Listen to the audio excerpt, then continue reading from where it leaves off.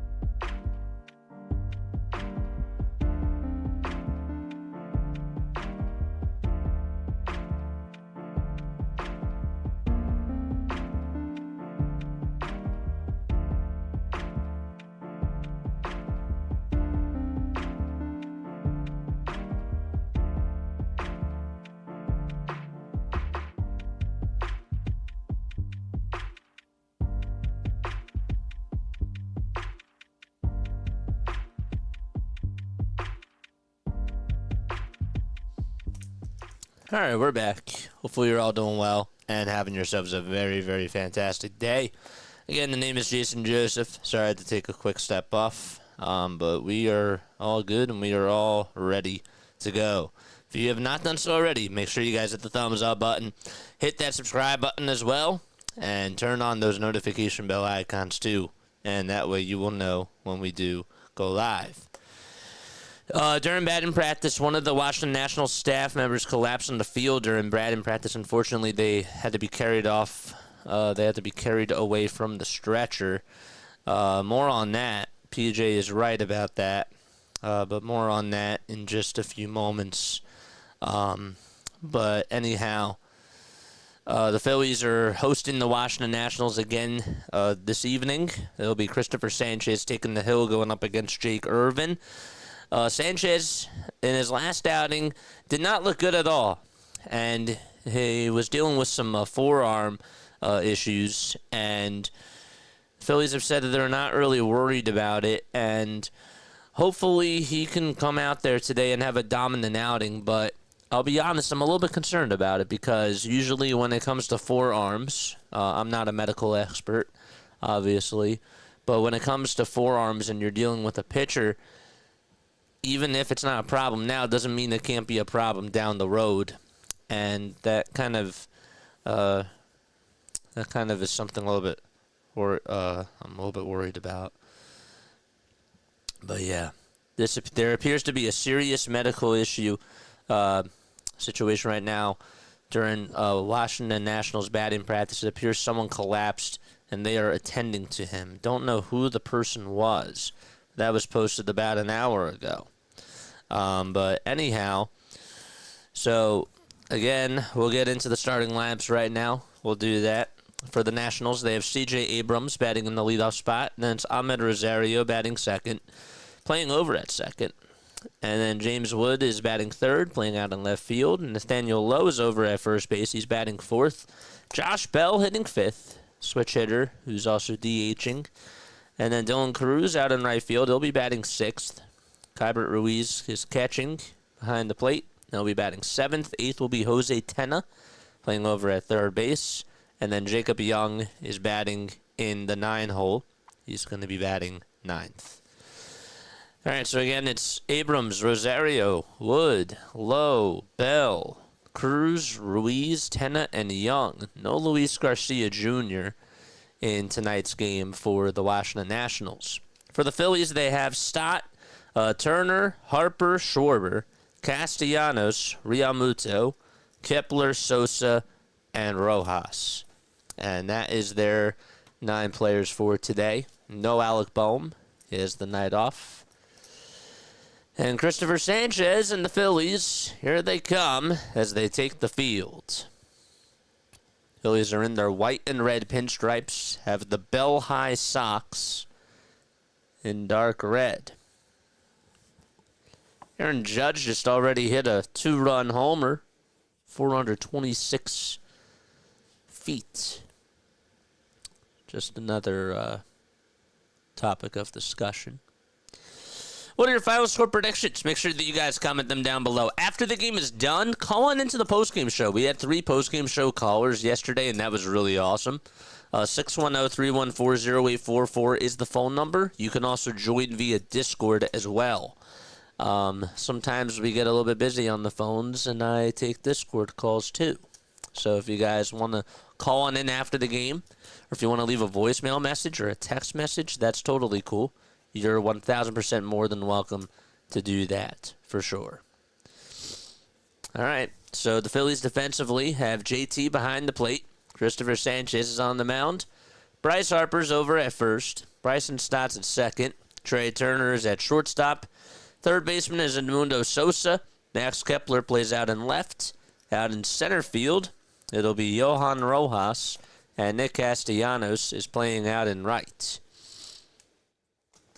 And that is the starting 9 for this game. Okay. Let's change this. And let's move this guy down here. Okay. I think that we're all good. How's the volume sound? Let me know. Let me know how the volume does sound.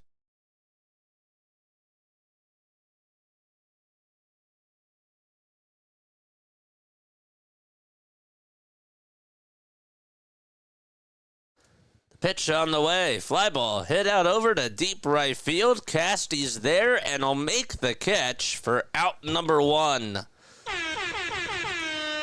Abrams hits a long fly ball, and 1 pitch and 1 out.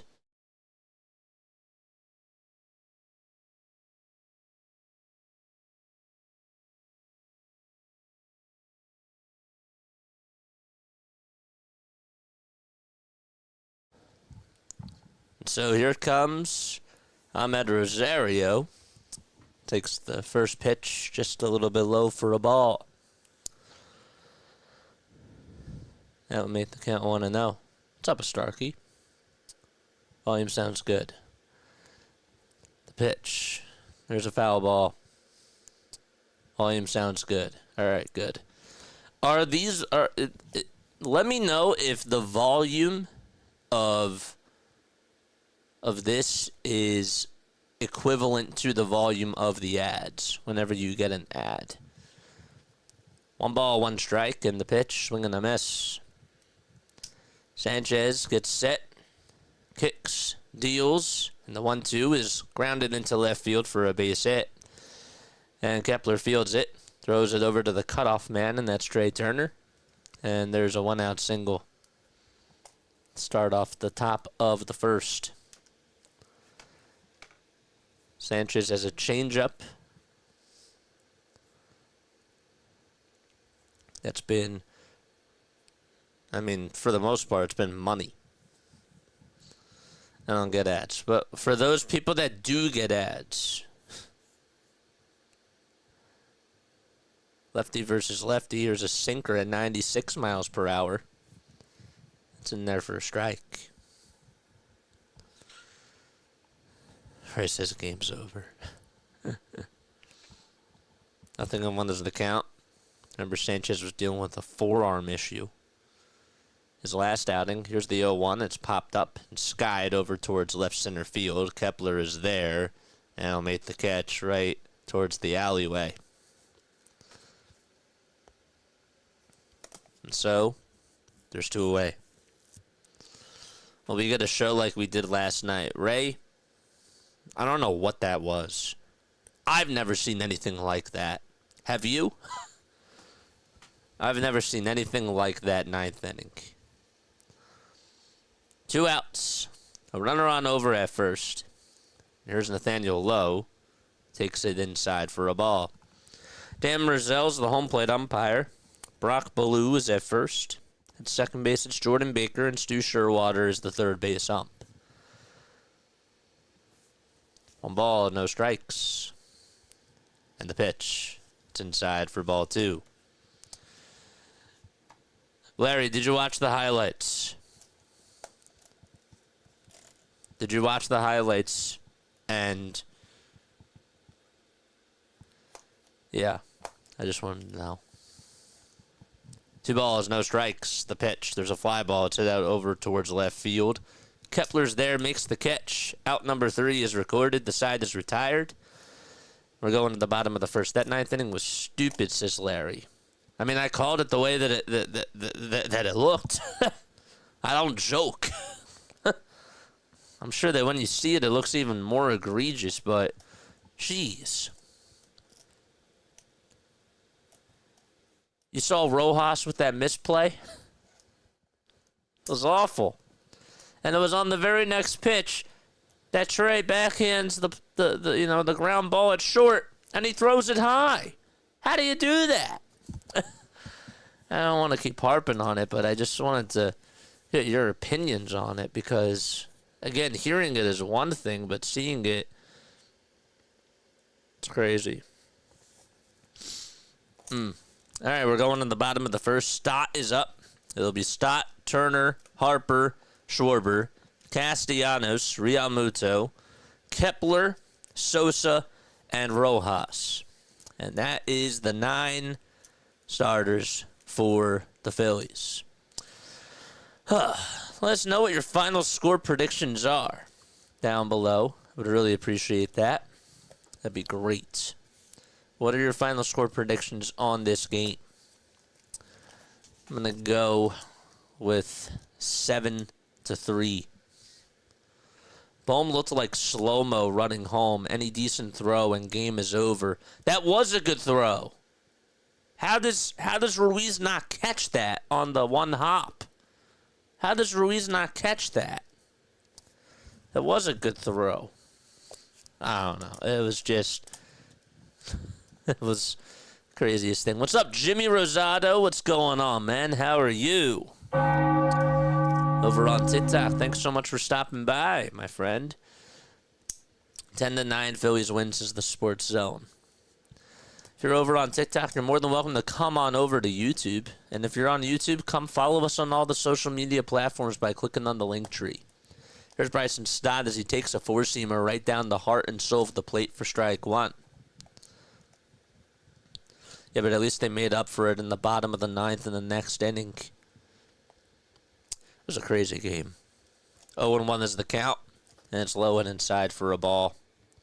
The ball was not deep that Rojas hit, and Bohm would have been out if Ruiz caught that. That was a good throw. And Bohm was slow. 1 ball, 1 strike, and the next pitch is fouled off. We do the Phillies, the Sixers, and the Eagles on this channel.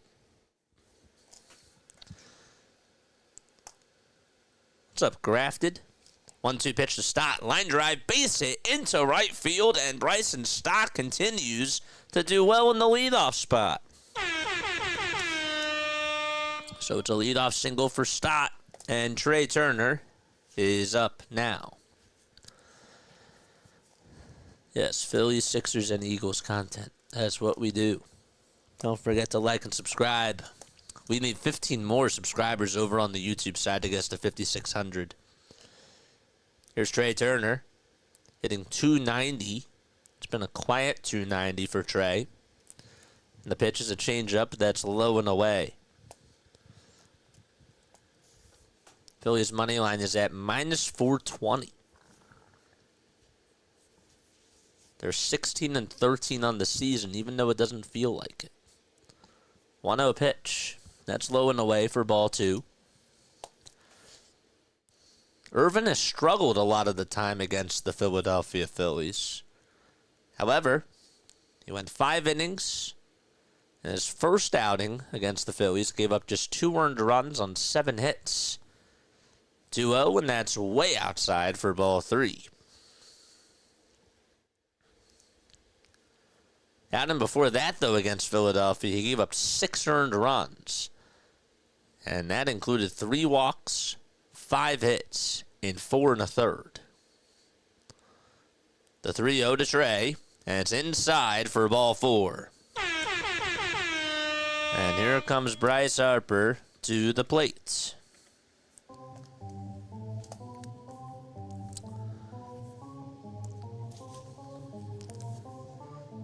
Irvin with a curveball, a four-seamer, a sinker, a changeup, and a cutter. Charge!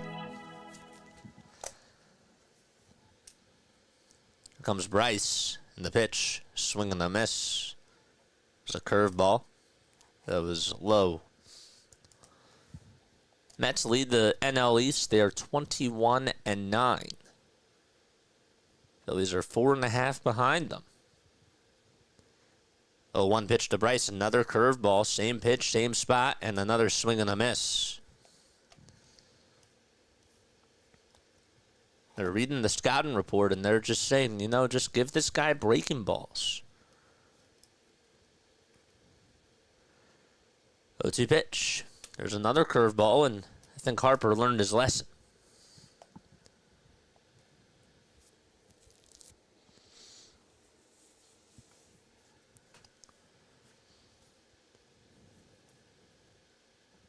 Stott's over at second. Turner's over at first. 1-2 is the count. The pitch to Bryce. That's a foul ball.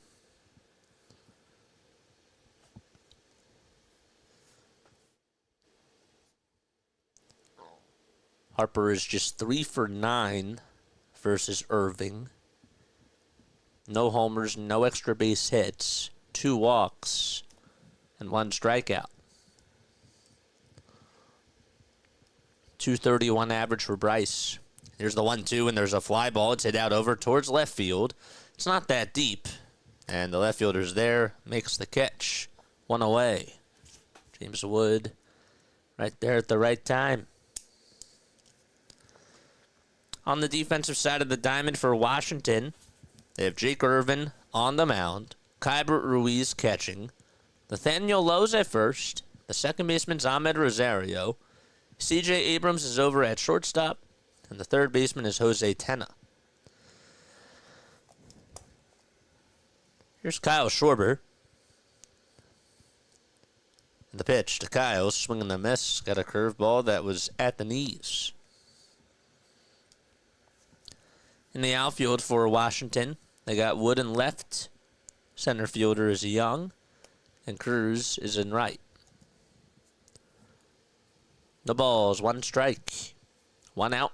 The pitch to Schwarber, and he gets a changeup right down Broad Street for strike two. Kyle's average was at .290 a couple of weeks ago, and he's cooled off. It's down to .243. 0-2 pitch. That's a rocket, but it's a foul ball. Just got a little bit out in front of it. He had an opposite field 2-run homer in last night's game, and he doesn't usually go the opposite way. The ball is 2 strikes. What's up, halftime? Thanks for stopping by. The 0-2 to Schwarber. Fly ball hit out over towards deep right field. It's going. It's going. It's gone. A 3-run blast by Schwarber. His 9th of the season.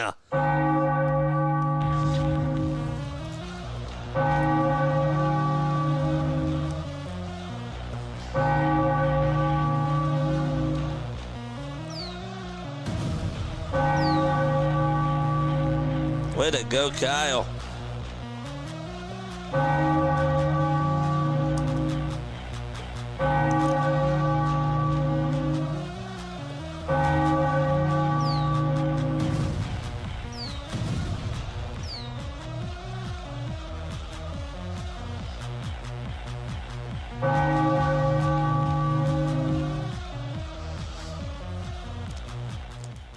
Pitch to Castellanos. It's in there for a strike. 0-1 is the count to Casty. Here's the 0-1. It's a cutter that misses wide for a ball. Pay that man. Pay Kyle Schwarber. Here's the 1-1 to Nick. And he chops it foul. So Stott, Turner, and Schwarber all score. 1 ball, 2 strikes to Castellanos. And the pitch, swing and a miss. He got fooled on the curveball. That pitch was outside. And Castellanos chases.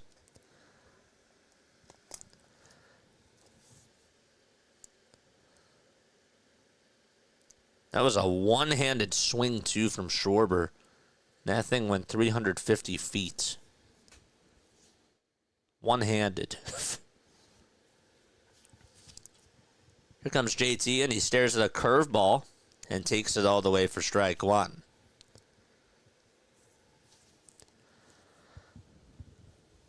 JT's average just at .226. He has not been seeing the ball well, and well, he grounds this one over to shortstop. Abrams has it, throws it over to first. It's in time, and the inning is over. The side is retired, but Kyle Schwarber sends one deep into right field, and the Phillies take a 3-0 lead on a one-handed swing by Schwarber.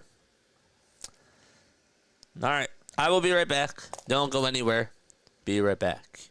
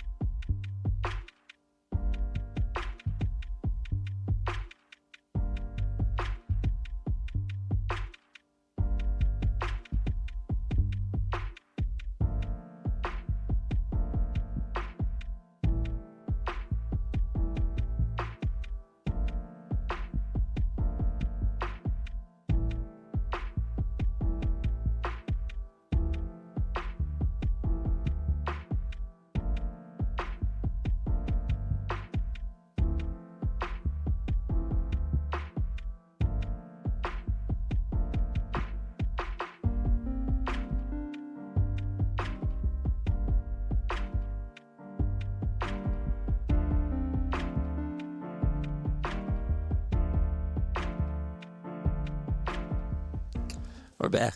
Sorry about that. We're good. We're all good to go. All right, we're going to the top of the second. Josh Bell, Dylan Cruz, and Keibert Ruiz are due up. And Christopher Sanchez is pitching for those of you that are just tuning on in. JT has really been struggling, I agree.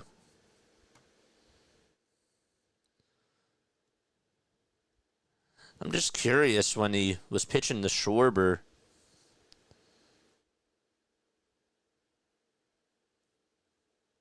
Actually, Schwarber, to his credit, was able to hit a curveball. Didn't give him a fastball. Here's Sanchez, and the first pitch is outside for a ball at 95 miles per hour. Bell batting on the right side. He's done a lot of damage against the Phillies. He's one of those Phillies crushers. And Sanchez kicks, deals, throws the next pitch, and it's at the kneecaps on the inside corner for strike one. Schwarber had a 3-run homer in the bottom of the first, and the Phillies lead at 3-0. 1-1 pitch, and it's inside and low for ball 2.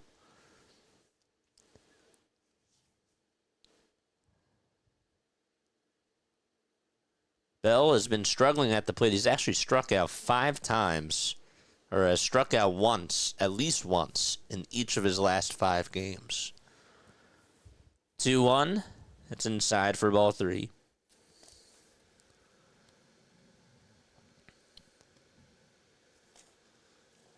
Spite that like, baby.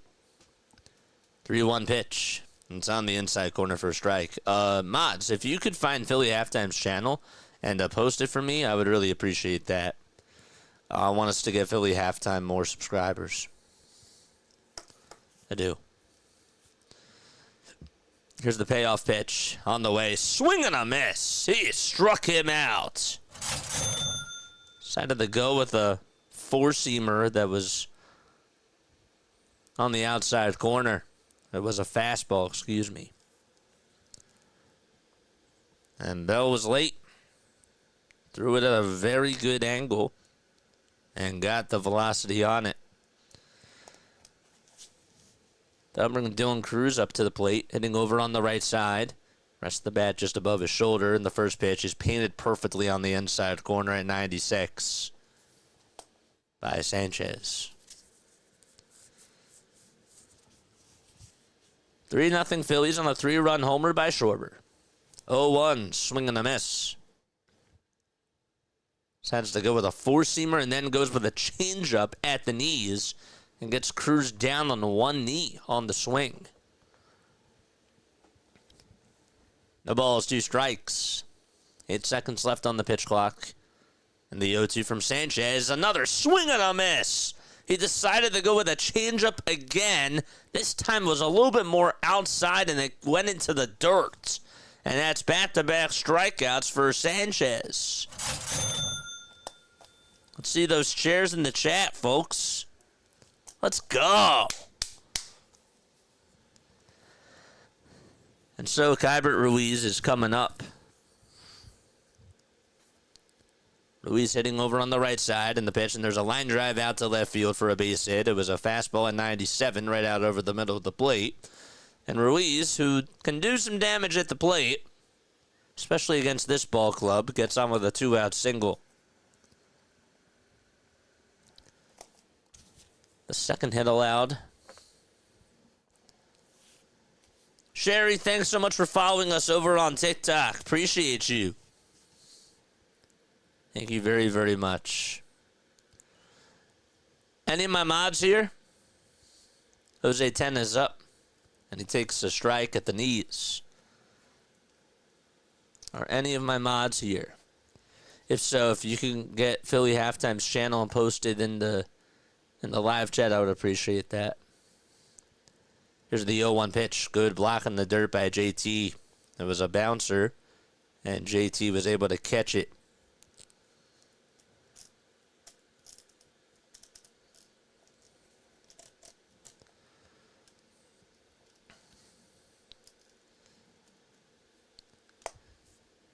Here, I got it. I'll do it. 1 ball, 1 strike. Here's the pitch. Swinging a miss. Got a slider. I got it. One sec. I'll go to this channel.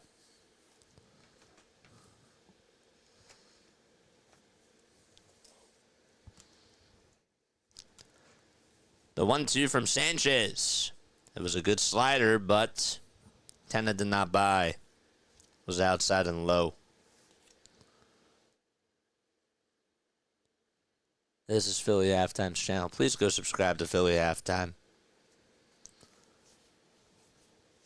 The 2-2 pitch to Tenna. It's tapped foul. Dylan Cruz has struck out 29 times this season. 11 of them have come against the Phillies. That's in 5 games. 2-2 pitch. Sliced foul and out of play. Sherry says the game is blocked out.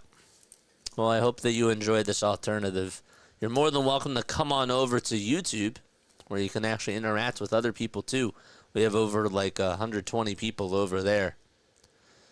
2-2 pitch. It's inside for ball 3, way inside. Tenna had to get out of the way. Sanchez started off the inning with 2 strikeouts on swings and misses from Bell and Cruz. Then Ruiz on the first pitch of his at-bat got on with a single.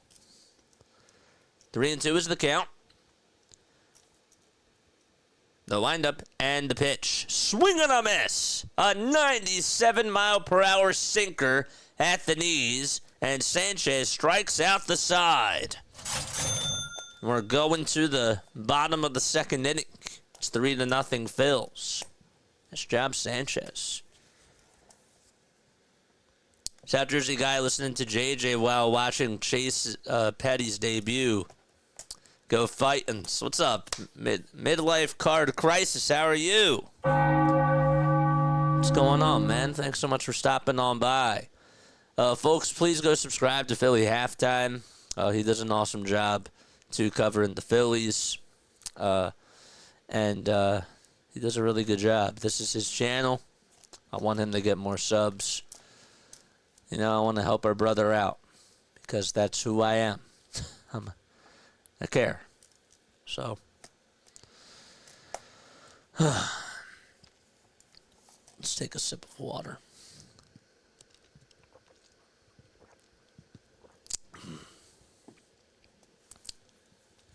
So we're going to the bottom of the second.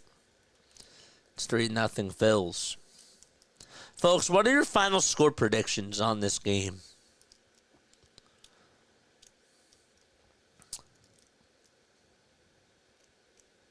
If you cared, you would hug me more, says BBN. Yeah, I'm not as, whatchamacallit, I guess. I don't even whisper in your ear anymore. 50 JJ likes, let's go. Let's keep going. Let's go. Butterflies is 5-1. Nice. Play-by-play with JJ. We're also doing some more baseball games, too. I want the algorithm to see that. Max Kepler's going to lead off the bottom of the second. 7, 8, and 9 due up in the batting order. Here's Jake Irvin in the first pitch. It's on the upper third of the zone for a strike. That was a four-seamer at 89. I hit the like button and saved a ton with Geico. 15 minutes could save you 15% or more on car insurance. 0-1 pitch, check swing. Did he go?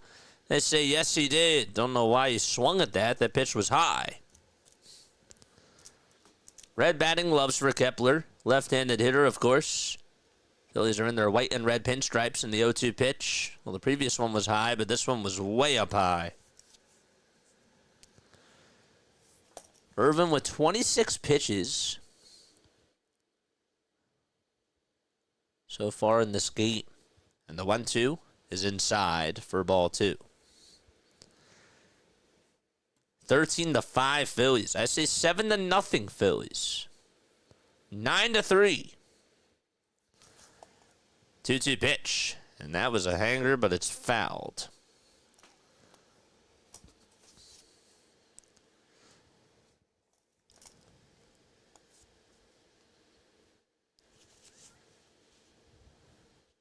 Irvin's 28 years old. He's from Bloomington, Minnesota.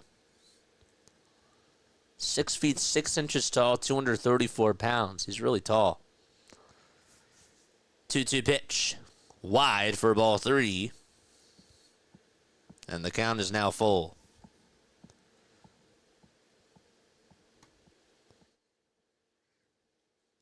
Edmundo Sosa waits in the on-deck circle.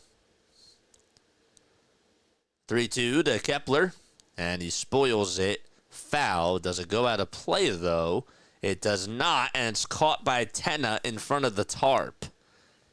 And so, there's one out. Thought maybe they had the chance to get on into the seats. But Tenna makes a nice catch, and there's one out. You got way under that.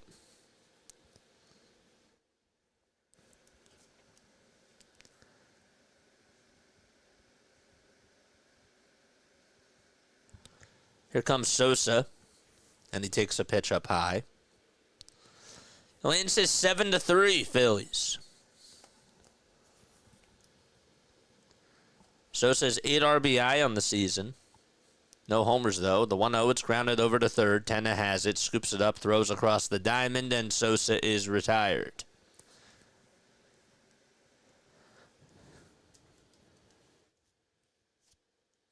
Got on top of that pitch. And it was early. Now it's Johan Rojas, who will step on into the box. Yellow batting gloves. They're mustard color. And the pitch to Rojas. Line drive hit out over to left field, and it's caught by Wood as his hat comes flying off. Nice catch by James Wood, and the inning is over. That was a rocket hit out to left field. But that is how you catch a baseball, with that exit velocity. We're going to the third inning.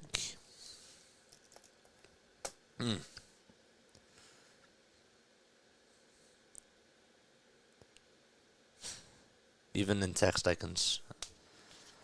All right, so let's talk.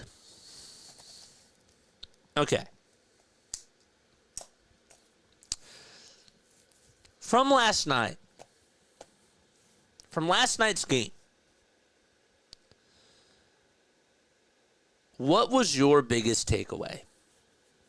My biggest takeaway last night, you can say that Rob makes bad decisions. You can say that the offense is bad. My biggest takeaway, though, from last night is that our defense is horrible. And Trey Turner and Johan Rojas were really that bad.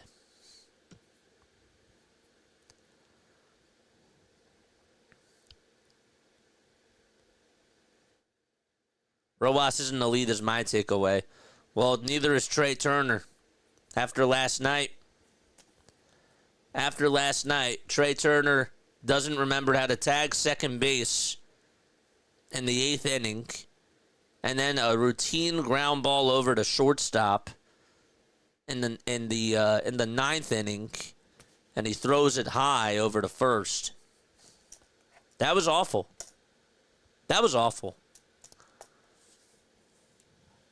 Glad for the win. Shouldn't have had to win the way that we did. I agree. You think Trey should play second? I know somebody who does. I know somebody else who says that Trey should be playing in center field. Any way you look at it, none of that's happening. But I do think he should move over at least to second base. The pitch. It's in there for a strike. Rojas only made one error. He didn't, statistically, he made one error, but he made another mistake, too, on the triple that was hit out to center field. He ran the wrong route. And he's been making mistakes in center field for a while. 0-1 pitch, and that's low for a ball.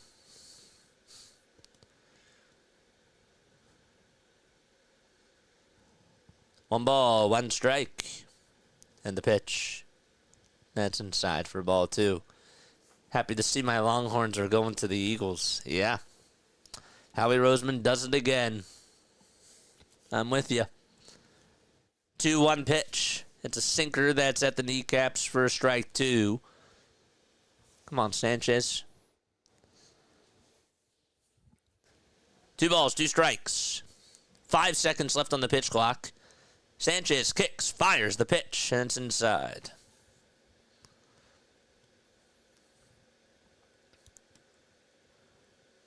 In my mind, he made 2 errors.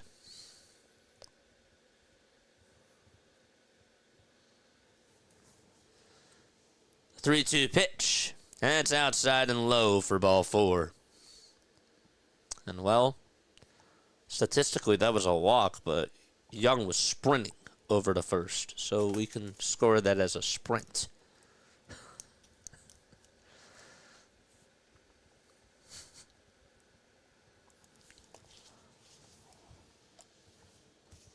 Here comes C.J. Abrams. That was a bad dad joke, wasn't it? Yeah. The pitch. It's in there for a strike. It's on the outside corner. It was a slider. Sanchez hasn't really gone to the slider a lot today. Keep those likes coming.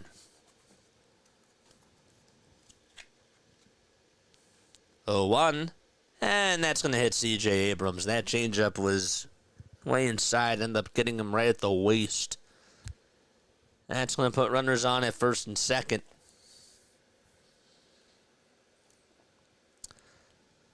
And Abrams has taken the stumble. That's got to hurt.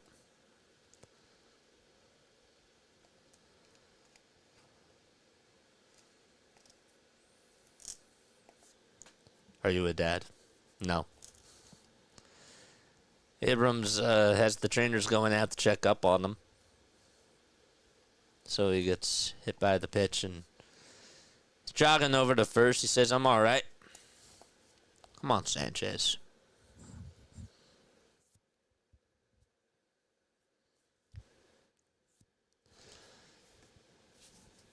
I'd say Casty. But Casty, even though he's slow, he still is a pretty good right fielder. 2 runners on. Nobody out. The pitch. It's in there for a strike.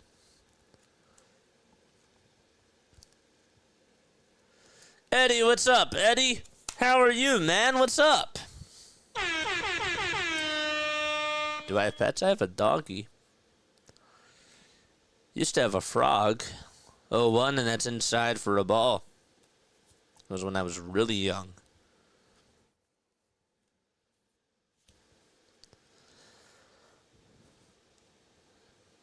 Sanchez allowed a walk, and he hit Abrams.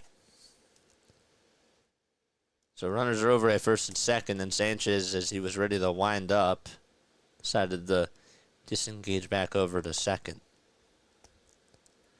How adorable a doggy. Yeah, golden doodle. 1-1 pitch. There's a ground ball hit over to shortstop. Turner has it, throws it to second for 1. The throw to first in time for a 6-4-3 double play. Heading over to third base is Young, but there's 2 outs. That's as routine as it gets.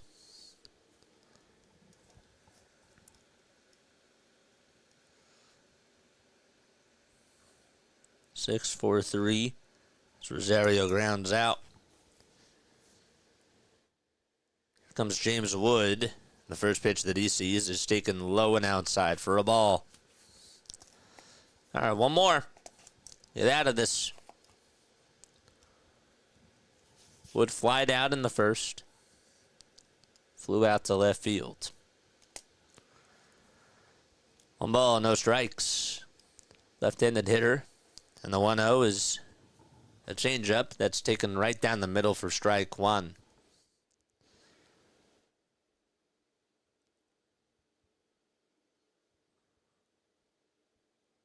One ball, one strike.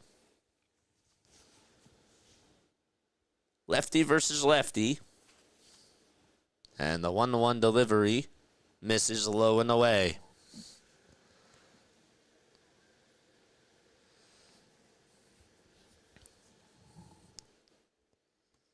I just have one, says Michael. I love cats.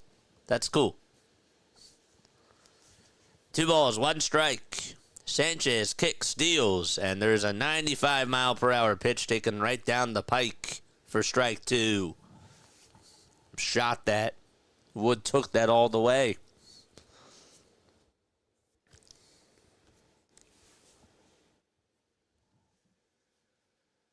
The 2-2 to Wood. Low and outside, and a nice play by JT to block that slider. He's actually done a pretty good job behind the plate today, blocking some tough pitches.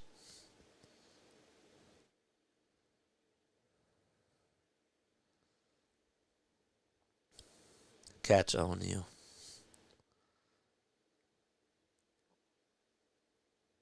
The signs in the payoff pitch. Wide again for ball 4.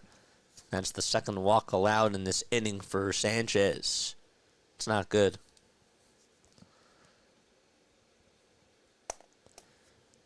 I don't like that.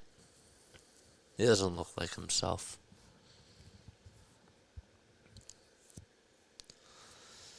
JT's going over signs. And we'll go back to his position.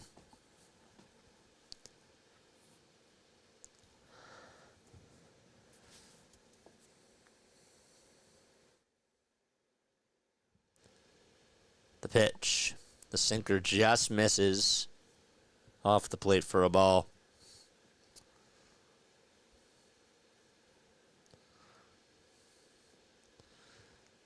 It's 1-0 to Nathaniel Lowe, who had a go-ahead 3-run homer in last night's game. 1-0 pitch. Got a slider, and he swings and misses at it.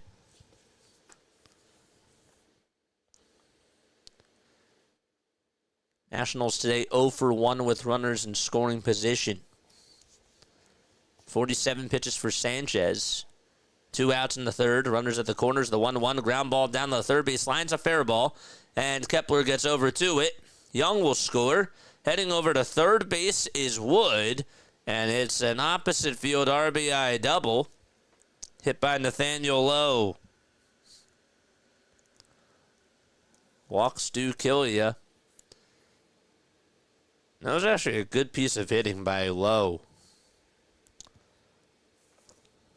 Nonetheless, the walks and the hit by pitch. And Caleb Cotham is going to go out there to talk to him. And rightfully so, because something doesn't look right. I can't pinpoint what it is, but something's a little bit off. The time runs over at second. Dan Merzel is going to break up the conversation.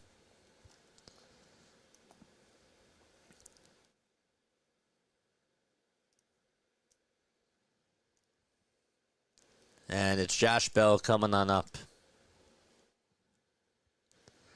Bell struck out in the second.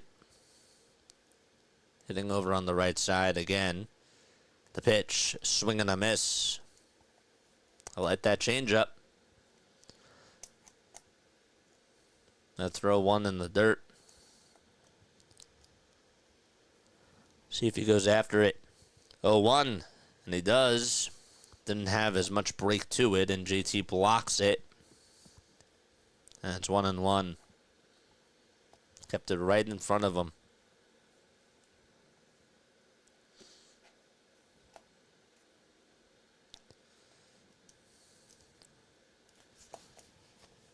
One ball, one strike. The pitch to Bell. And he gets the call. Pitch was a little bit inside. It was a good changeup, just missed its spot, but the Phillies will certainly take that.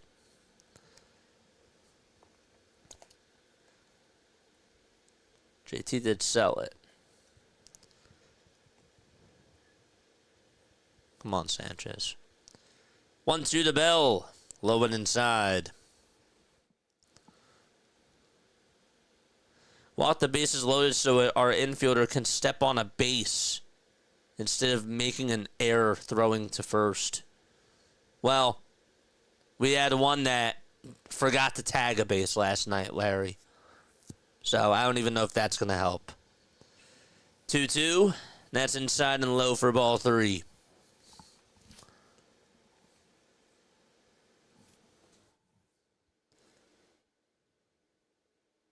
Darn, there goes the shutout, says Scott. Yep. Come on. 3 balls, 2 strikes. The windup and the pitch. Fly ball hit out over towards right field. Castellanos goes back towards the track and makes the catch in front of the former out-of-town scoreboard. And there is out number 3. Told you he's still a pretty good defensive player. All right, and we're going to the bottom of the 3rd inning. Phillies get out of the inning. However, Nathaniel Lowe gets an RBI double. We're going to the bottom of the 3rd. All right, Casty. See those Casty emotes in the chat. Where are the Nick Castellanos emojis? That was a pretty nice catch. Got 181 people tuning on in. 70 likes. Make sure you guys hit the thumbs up button and subscribe. These are the Casty emotes right here. That is Nick Castellanos.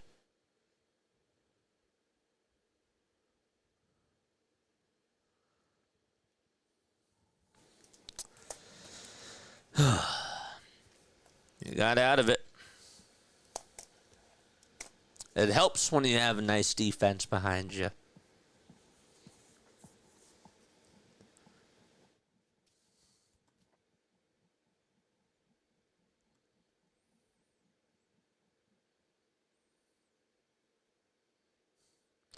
Larry, did you hear what I said about the about how they can't even tag the bag? Did you hear what I said about that? I don't know if you heard me. Caught a fly. Doesn't make him a good defender. He's made some pretty good defensive plays. He has. He's a pretty good right fielder.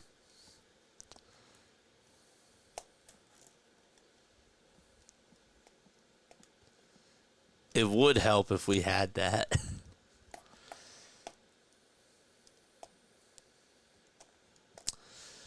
Search says it's time for Bryce to get active and help toe the line. Here comes Stott, and he takes a pitch that's on the outside corner for strike 1.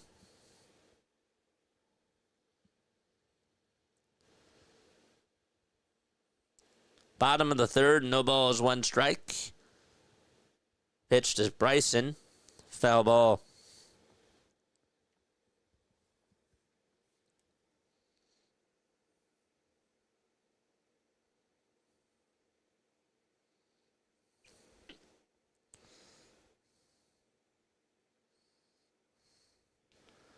O2 pitch. And it's rolled over to third base. Tenna has it. Throws it over to first, and Stott is just out.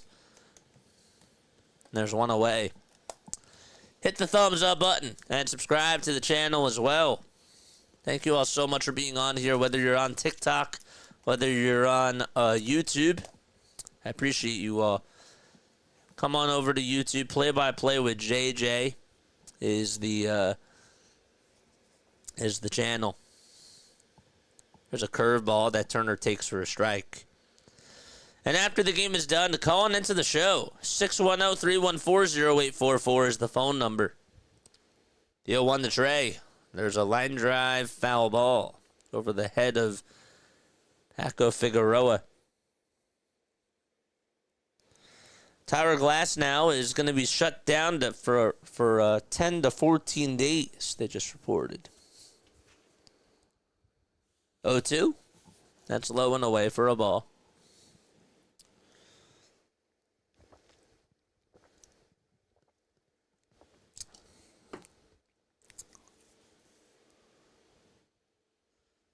One-two pitch, and Turner takes a pitch right down the middle for a called strike 3. And Irvin gets a second strikeout.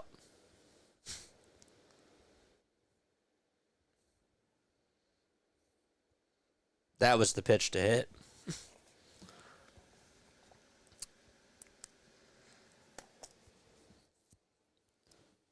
It's Bryce Harper who's up. 0 for 1.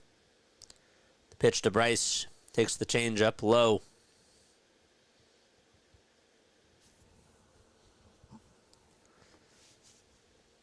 His average sits at 229. 1-0 to Bryce. Takes the curveball in the dirt too.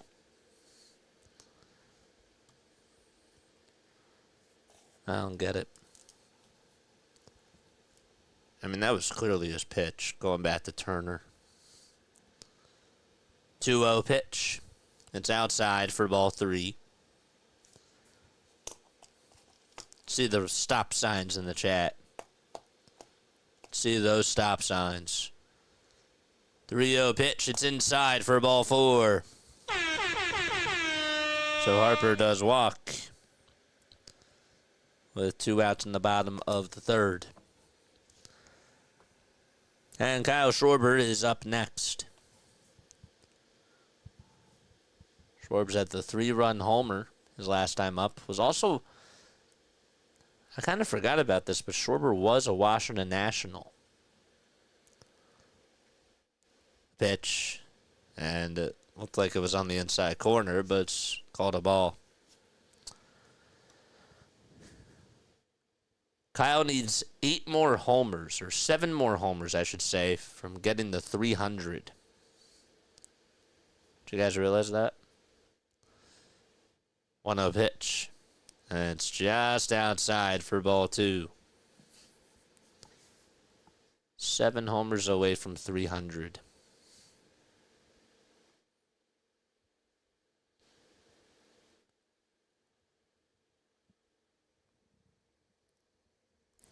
Two balls, no strikes. Next pitch is high and away for ball 3.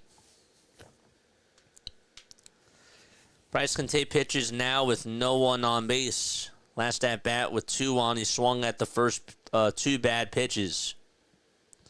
Tried to play hero ball. 3-0, and it's outside again for ball 4. And there's back-to-back walks. And Castellanos is coming up. Bryce has been really off this season. Yeah, no excuse. No excuse. He's getting paid as our franchise player. Trey Turner's our second franchise player. And then he's getting these little singles. Here's Castellanos, who takes a curveball at the knees for a strike. Kyle's getting 50 this year. What, 50 mil? 50 homers?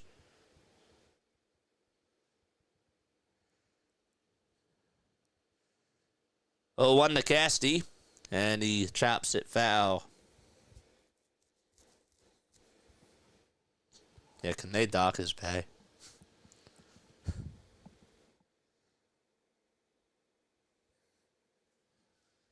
Come on, Nick. The ball's 2 strikes to Castellanos.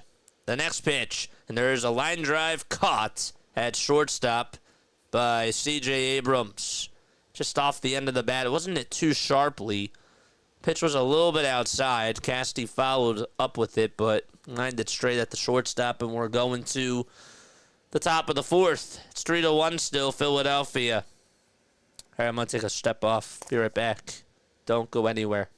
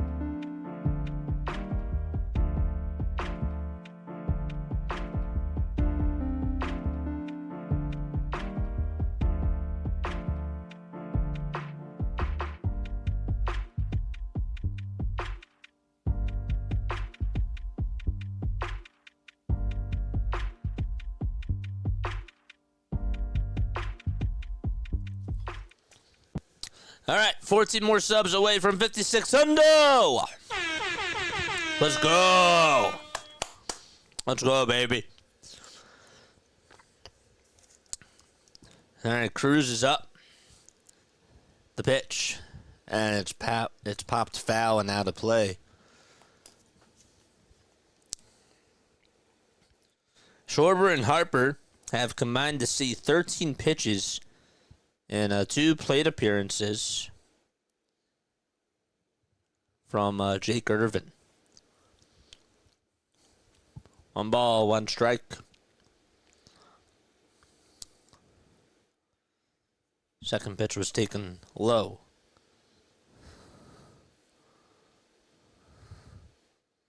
1-1. And that's in there for a strike.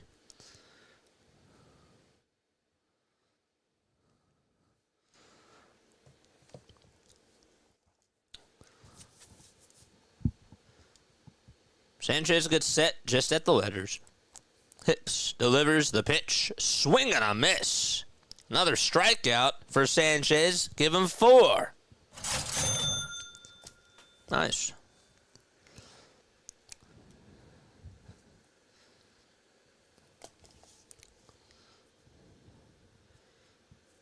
It is a work of art watching him throw that changeup. Just seeing the life that it has. There's a slider that misses.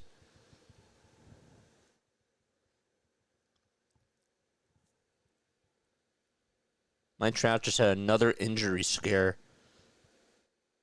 and was removed from today's game with knee soreness. Oh, man.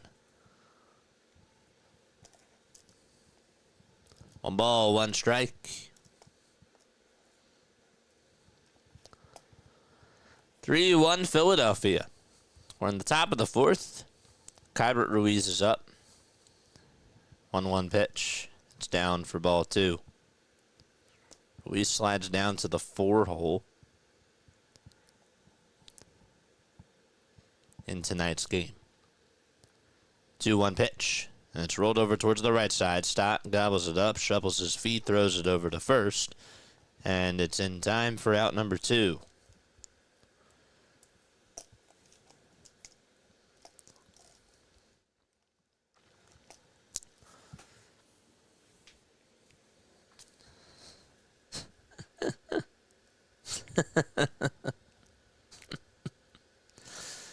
Oh, gosh. Love people.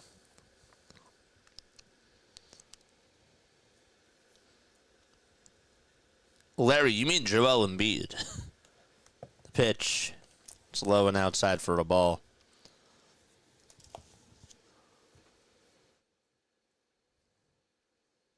1-0 pitch. It's bounced over towards Harper. He'll flip it back over to Sanchez, who goes over towards the bag and beats Tenna as a relay. And we're going to the bottom of the 4th. 1-2-3 inning for Christopher Sanchez. Real Muto, Kepler, and Sosa due up at the plate.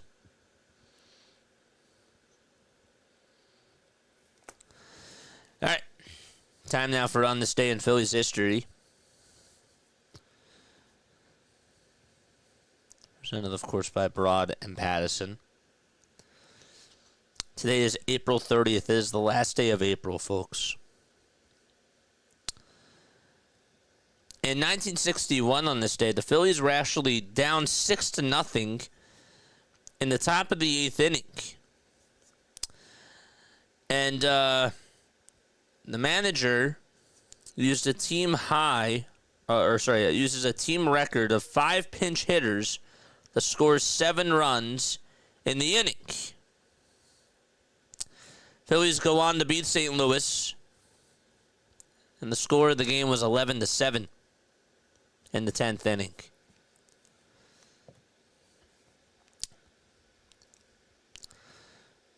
Phillies also earned a 2-1 win over the Mets in 2021. Both runs came off of a strikeout. With the bases loaded, Chase Anderson struck out, but the ball got past James McCann, rebounded off the leg of the home plate umpire. Brad Miller scored from third, And Andrew Knapp also came home when he saw no one covering home plate. That is such a typical Phillies Mets game. I forgot about that. I remember that too. That's funny. That happened on this day.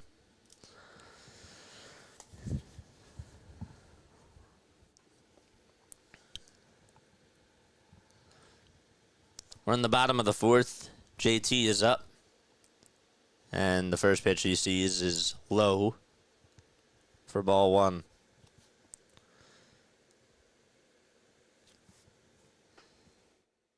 How about Connor Griffin? On a pitch, it's in there for a strike. Connor Griffin, at 19 years old, records his 5th homer of the month for the Bradenton Marauders, who were the single-A team or affiliate of the Pittsburgh Pirates. 1-1 pitch was a ground ball back up the middle, and it's in there for a base hit. Screen froze, but JT gets on with a single to start off the bottom of the fourth. Let's see, where did it go? Yep. Underneath the glove of Ahmed Rosario, could not make the sliding stop. Had to run towards his right.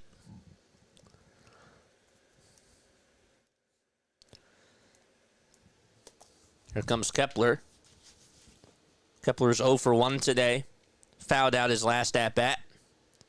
The pitch to Max. Fly ball, hit over towards deep center field. Young is there, and it's warning track power as the catch is made in front of the Toyota sign, and JT goes back to first.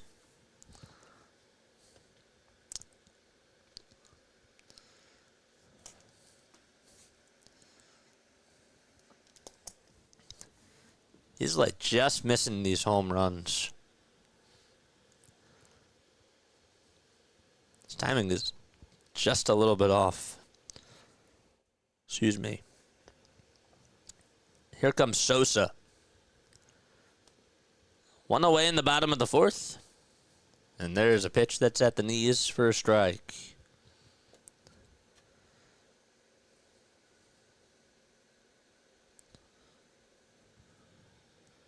Nothing in one to Edmundo.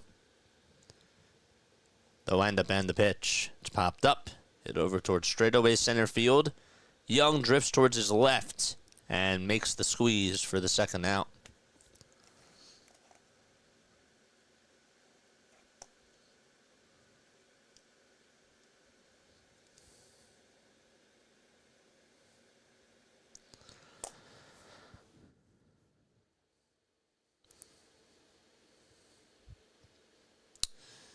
Anybody know who the tallest outfielder was in Phillies history?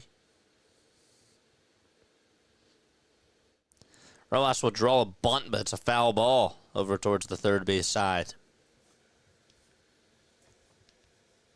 Anybody know? It just sort of came across my mind. I was like, who's the tallest outfielder that the Phillies have ever had?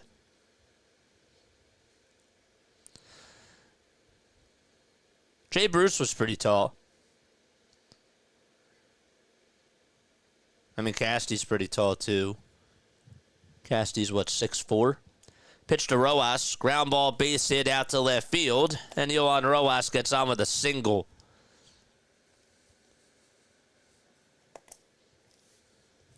Michael says Von Hayes. How tall was Von?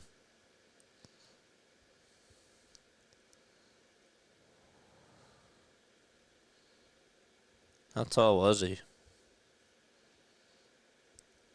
Races Pat Burrell. Vaughn was 6'5".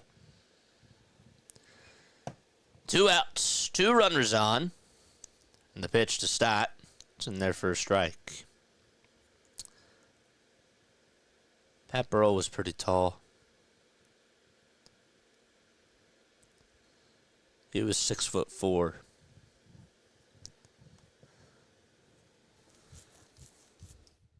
Oh, on the Stott. Line drive. Base hit into left center field. And rounding third, coming in to score is JT, and the Phillies get an insurance run as they add on to their lead.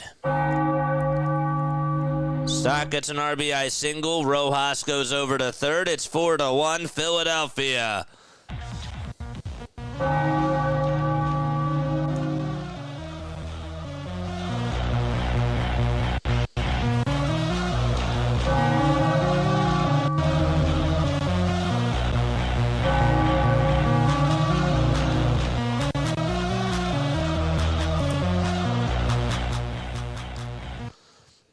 Two outs, runners at the corners. Good day so far for Bryson Stott. The pitch to Trey Turner, and he takes a sinker at the knees for a strike. Vanez was 6'5". All right, let's go. Let's go, Phillies.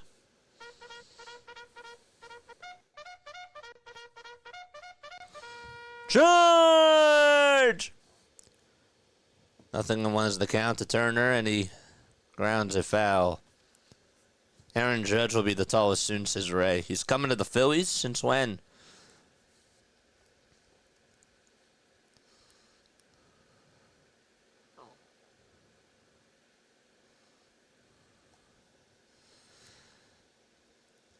John Mayberry. This is according to Gemini, he was the tallest. He was 6'6".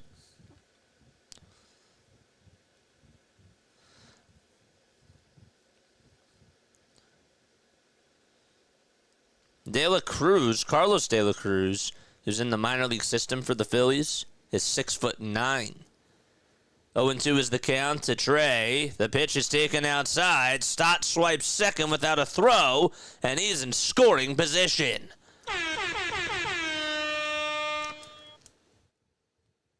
It'd be huge if they could knock in a couple more runs.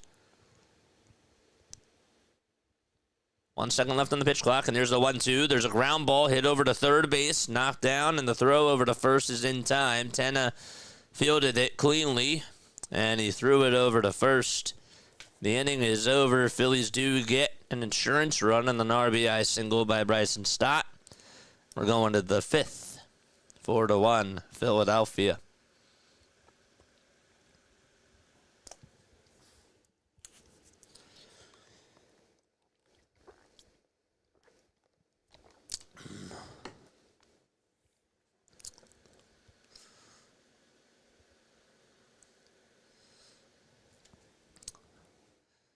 Benches were cleared. They were just cleared. The benches and the bullpens were just cleared in the bottom of the fourth in the Baltimore game when Orioles' Heston Kjerstad didn't like Yankees second baseman Pablo Reyes falling into his head after jumping for the ball on a stolen base. So we got some action going on in that game. I'm sure BW is having a good time.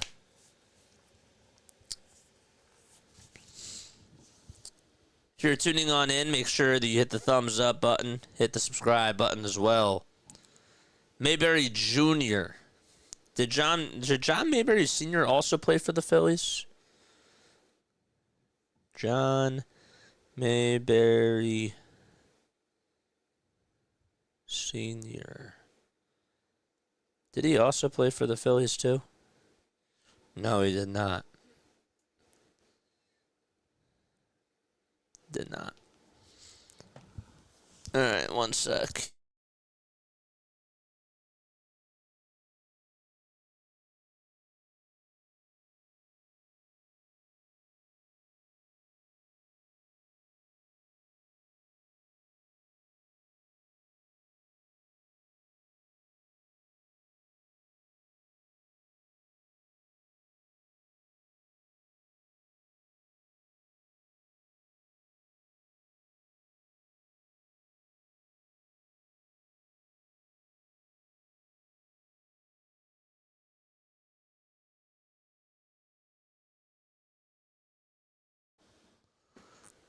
You're right, I forgot he was a junior. No worries.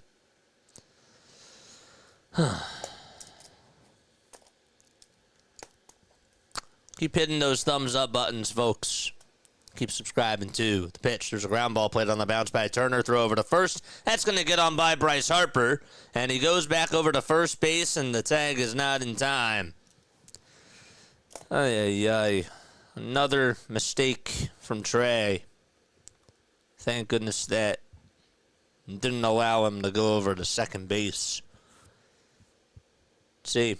Played on the bounce by Turner. He threw it over to first. It was just a little bit wide. Off target, man. And the ball actually ended up hitting the rail over near the dugout.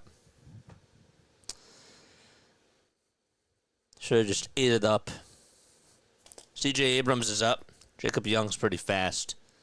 The pitch to Abrams. There's a little blooper hit out towards right field. It's going to drop in for a single. Young heads on over to third base. And the tying run is coming up to the plate. Oh, gosh. So they're going to call the play from Young an infield single. And Abrams gets a bloop single, and here comes Ahmed Rosario. Oh, boy. Just getting into Phillies baseball, and I think this is good over the MLB subscription for Joe. For Joe now. Well, I appreciate you for coming on here. It's nice because you get other people to interact with, and if you have any questions about the game, you can ask them. And we have a very friendly chat, my friend. So I'm happy that you found a home. Welcome aboard. Ahmed Rosario takes a strike. This is like a really good way to learn how to play baseball. It is. You have an awesome community on here. 0-1. That's fouled away. Some people have asked me, how do I get into the game? And what I literally tell them is watch the game, but come on over to YouTube and ask questions. It's a good way to learn. 0-2 pitch. There's a grounder. It's hit over to second base. The throw to shortstop. There's one. The throw to first. Not in time. And Rosario gets on with an RBI fielder's choice as Young will score. There's one away.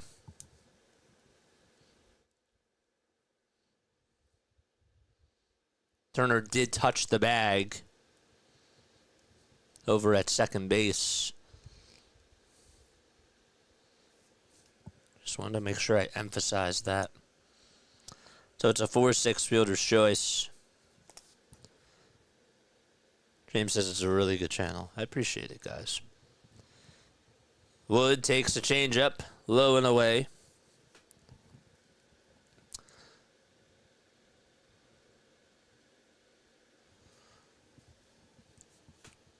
James Wood's really tall himself. 1 ball, no strikes. And Sanchez kicks and fires, and the pitch is outside for a ball. Uh-oh, Jalen Green just got hurt in the Rockets game. That's not good.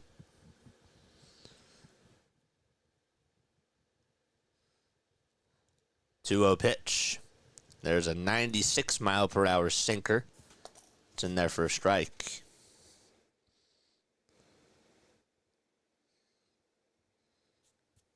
Two bad throws by Trey Turner.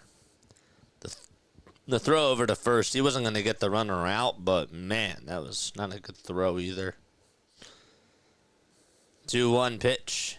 It's chopped foul over towards first base.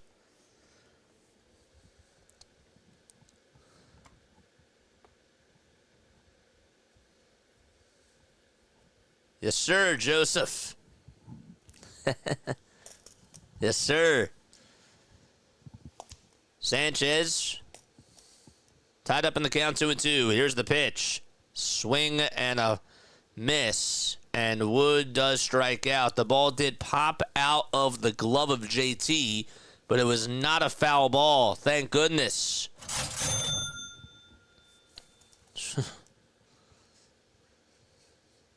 Didn't make any contact. So Wood does strike out. There's 2 away. Here comes Lowe, who had an RBI base hit his last time up. And he takes a sinker low and away for a ball. Jalen Green just did return to the Rockets bench. Thank goodness. One ball, no strikes. The pitch. A 96-mile-per-hour sinker. That's at the knees for strike one.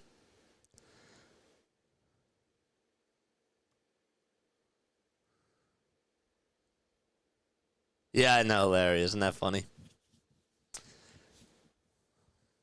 The 1-1 pitch. It's bounced over towards the first base side. It's a foul ball. 13 more subs for us to get to 5,600. Let's go! Who do you want to win? I call games for the Phillies, the Sixers, and the Eagles.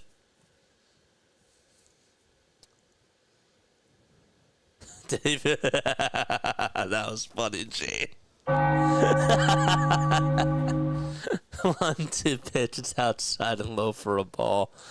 That one got me. Did Turner remember to put an Apple AirTag under the second base bag tonight?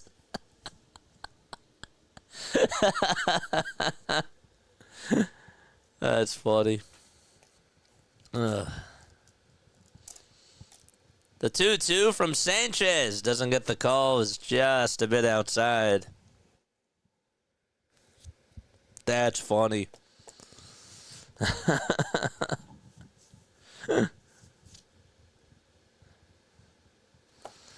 I had to ring the bell for that. The payoff pitch. It's down for ball 4. And Christopher Sanchez does surrender another walk. That's his third walk. Also hit a batter, too.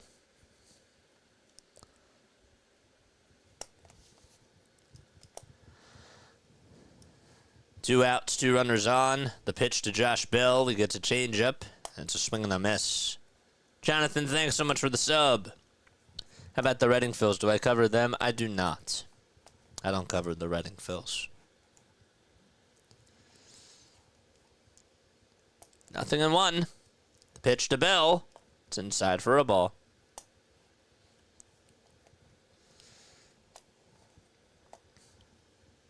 So he's trying to get out of the inning. 82 pitches for Sanchez. 1 ball, 1 strike. Sanchez kicks, delivers. And that's fouled off of the left knee of Josh Bell. Phillies lead at 4-2. They had a 3-run homer by Kyle Schwarber. Also got an RBI single from Bryson Stott. The Stott single was in the 4th. 3-run homer by Schwarber was in the bottom of the 1st. 1-2 is the count to Bell. Here's the pitch. It's low and outside for ball 2. John, you missed a very funny comment. You have to scroll up a little bit from Joe. It was an Apple AirTag comment. Just happened. 2-2 pitch. Breaking ball that's in the dirt.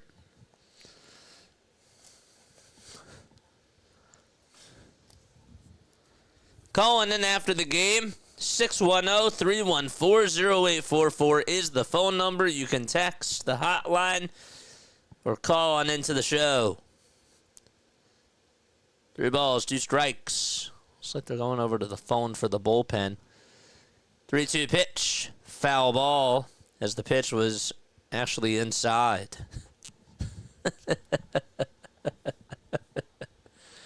Jose Ruiz is warming up.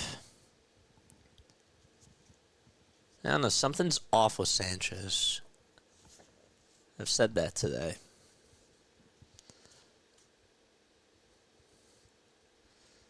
Three-two pitch, swing and a miss. He struck him out. And we're going to the bottom of the 5th. Can't believe that he chased after that changeup. That was a gamble. However, it worked. We're going to the bottom of the 5th inning.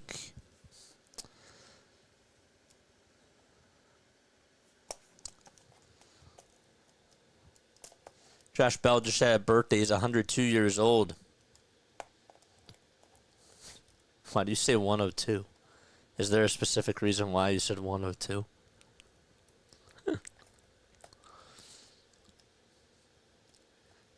Did he have 102 strikeouts last year? Is that why?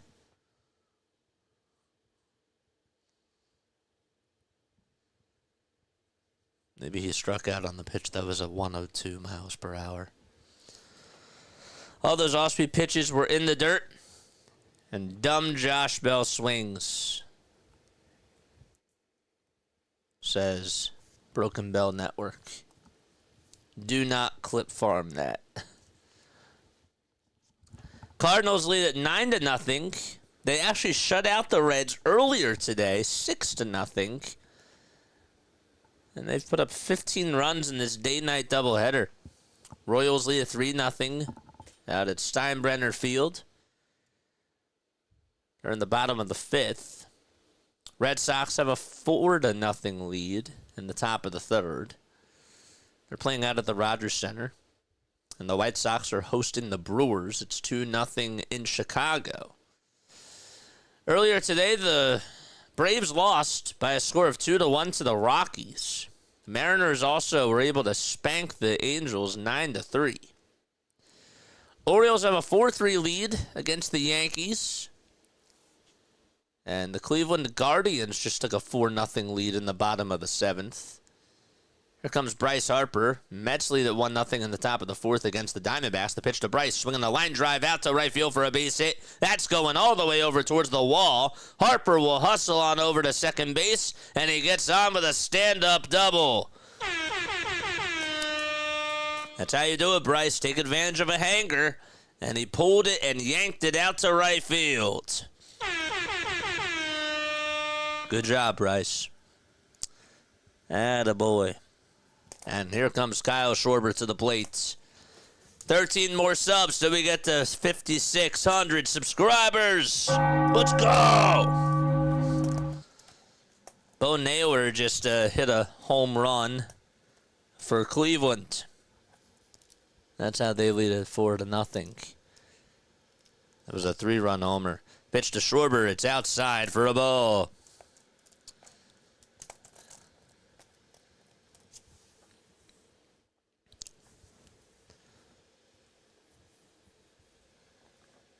Kyle walked his last time up on 4 straight pitches.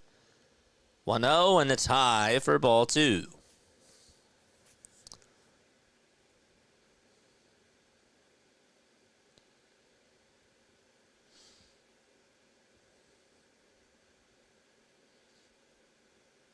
Taylor Hall just signed a 3-year extension worth up to $3.17 million with the Canes. The pitch. And it's now a 2-1 count. All right, come on, chat. Let's get active. Charge! 2-1 to Kyle. Ground ball hit over to first base. Harper will go on over to third. The flip back over towards the pitcher. Irvin is in time.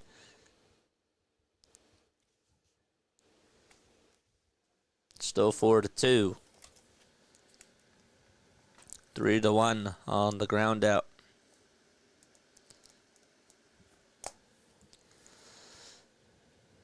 Only got a few minutes. Got to jump in, Big Bird, and hustle some rock. But go Phillies. Pitch to Casti. There's a bouncer. It goes right on by the shortstop and the second baseman. It got right on in between them. Harper will score. And that was like a cherry bomb. Just it took a high bounce, and no one could get to it. And that's one way to drive in Bryce.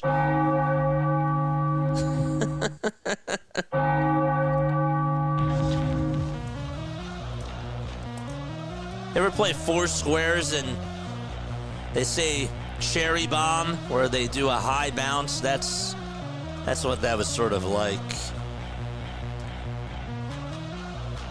Here comes JT, who takes a curveball. It's in there for a strike. Way to go, JT. That was Casti. Did I say JT? JT is up now. The ball is one strike. The pitch to JT. There's a ground ball hit over to third base. The throw to second. There's one. Throw to first in time for a double play. If that was a spoiler, don't do that again. We're going to the top of the sixth. It is 5-2 Philadelphia. Darn it, JT.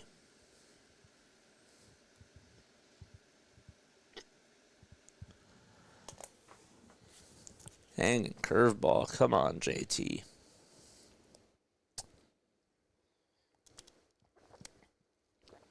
All right, don't go anywhere. I will be right back. See you soon.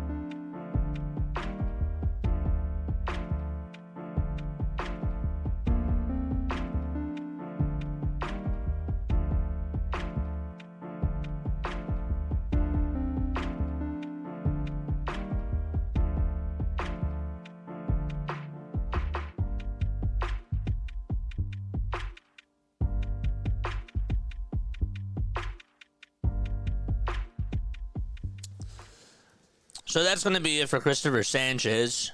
Sanchez is done.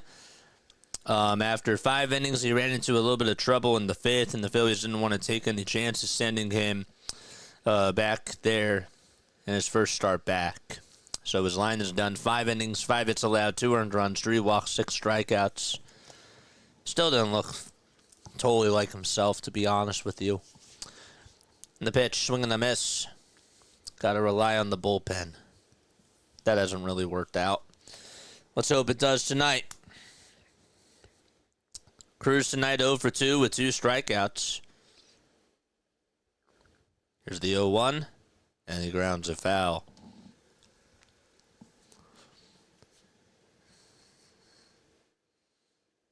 Sounds good, John.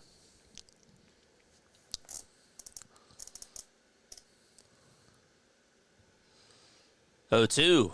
Slow and outside. JT, by the way, is now tied with Alec Bohm, for the 3rd most double plays grounded into during the 2025 season. You know how many he has? Anybody want to guess? 1-2 pitch. Swing and a miss. Jose Ruiz with a nice strikeout. There's one away. That's the 3rd time that Cruz has struck out in this game. He's just a strikeout machine against the Phillies. And by that, I mean just at the plate. Yes, almost every time he's up, he's been striking out. That's like, what, his 12th strikeout against the Phillies this year? Not even exaggerating.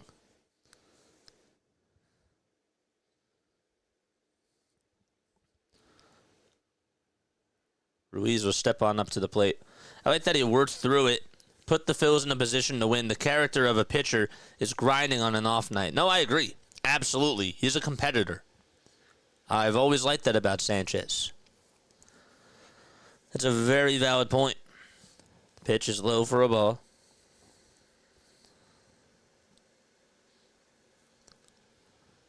Ruiz hitting over on the left side. He's a switch hitting catcher. 1-0 pitch. It's in there for a strike. I can think of 3 switch hitting catchers right now in baseball. He's one. Adley Rutschman's the other. And right behind him, as the pitch is hit out over towards center field, and Rojas is there and he'll make the catch. Came running on in, and there's 2 away. The other one that I was thinking of was Cal Rowley, of course.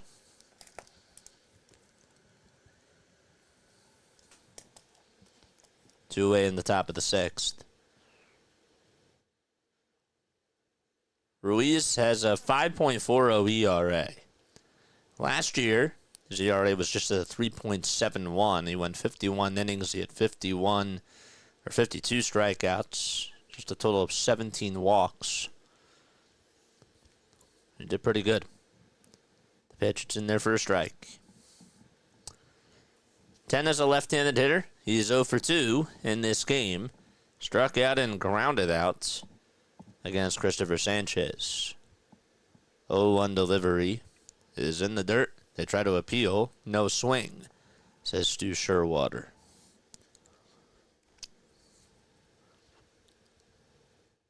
He's homerless this year. On 1 pitch. Tapped foul.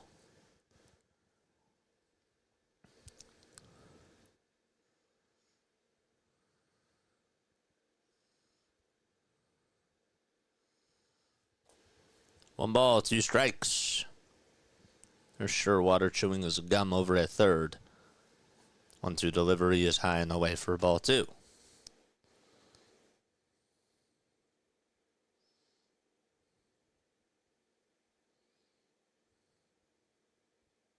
Huh.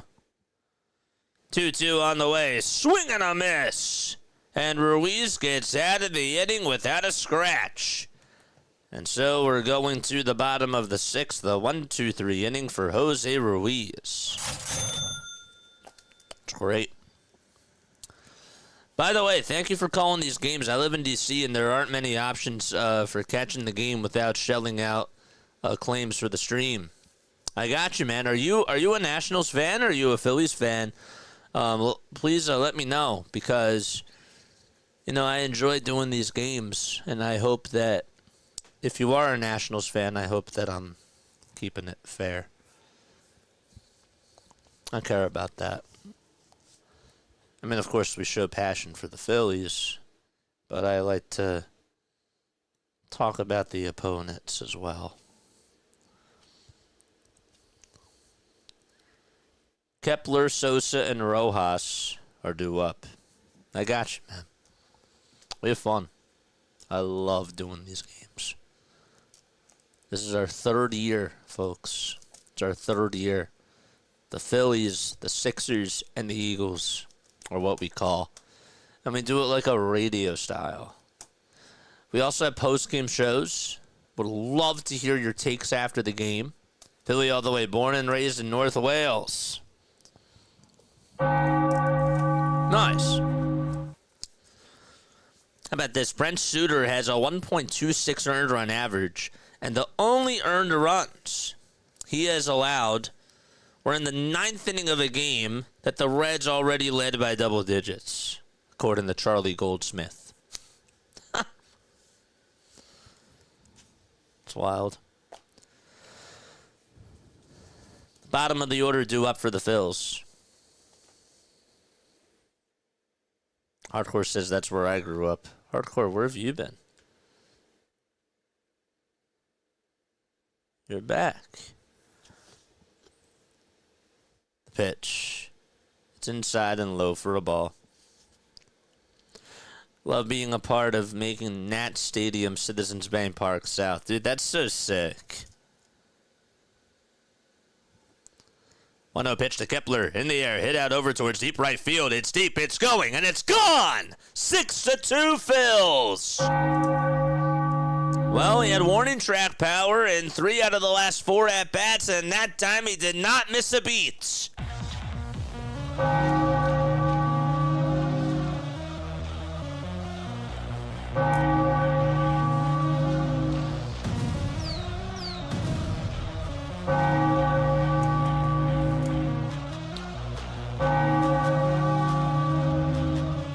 Nice swing.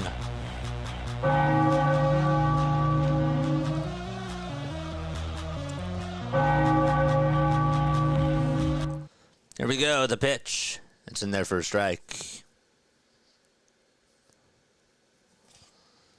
No balls, 1 strike to Edmundo Sosa. Jake Irvin still pitching, by the way. And the 0-1 is outside for a ball.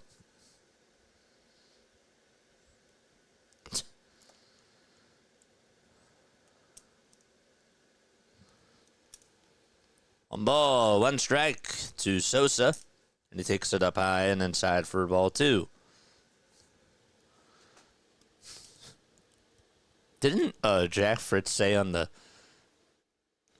Phillies on Deck or whatever that his player was going to be Max Kepler? 2-1 pitch. There's a ground ball hit over to third base. The throw over to first, off the line. Lowe catches it.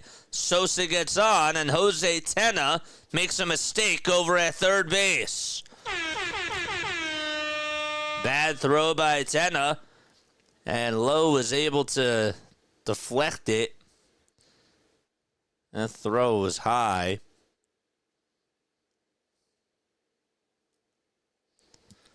And it took Lowe off the bag. Here comes Johan Rojas, and he's going to ground this one over to second base. The throw's going to be made over to first. It's in time to throw back to second to get Sosa. Not in time. Sosa was actually running on the play, which actually helped. And he's in scoring position. That would have been a double play. So he had an E5. And then that was a 6-4 fielder's choice. Or a 4-6, I should say. That's not a fielder's choice. Sorry, that was a 4-3 ground out. What am I doing? TV's freezing up. I'm making excuses. The pitch. It's in there for a strike. Sorry about that. 4-3. Bryson Stott 2 for 3 today with a pair of singles, a run scored, an RBI, and a stolen base. Padding those stats today for sure. The pitch is outside for a ball, but still doing his job in the leadoff spot. Had a nice line drive single. 1 ball, 1 strike. Sosa is at second. Irvin stares back at second. Tries to keep him in check. And the pitch is outside for ball 2. Rockets have a 55-29 lead against the Warriors. Just saw that pop up. 2 balls, 1 strike. The pitch to Bryson. And he takes a curveball on the outside corner for strike 2. It's going to call for time here. Let's go! Charge!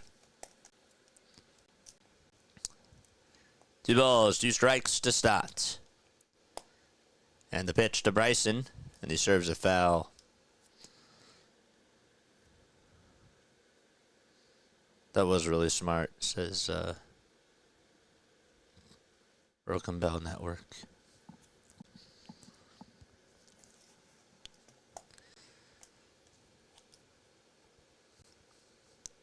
Irvin comes set at the letters.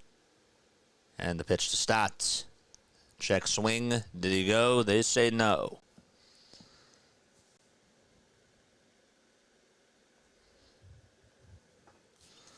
Phillies have 4 homers in these last 2 nights, along with 13 runs.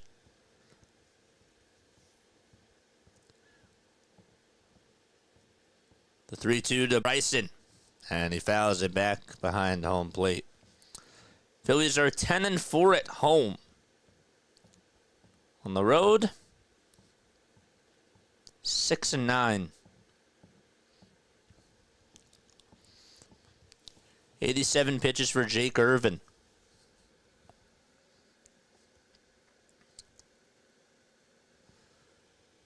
Three balls, 2 strikes. And Irvin takes a step off the rubber.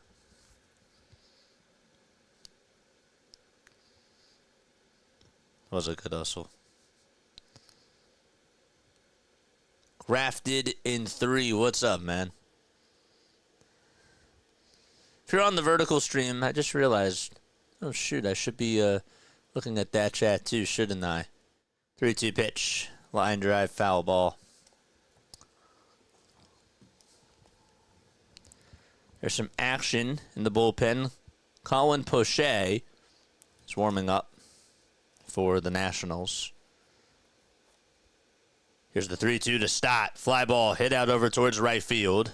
And Young gets under, or Cruz gets under it, makes the catch. There's the second out.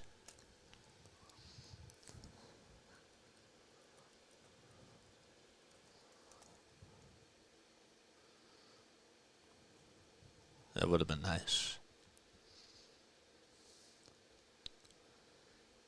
All right, let's see who's tuning in over on the vertical side. We have 216 people on here watching. Hit the thumbs up button, folks, and subscribe.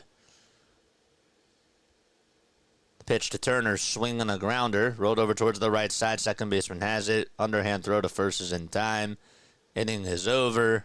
We're going to the top of the 7th.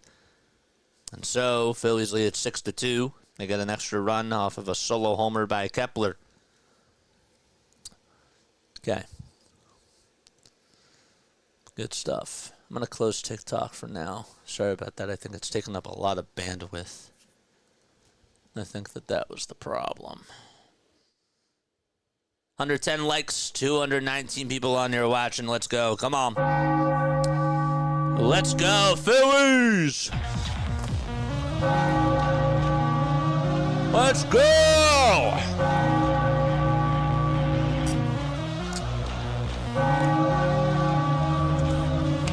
Hit that like button, baby! And don't forget to subscribe to the channel.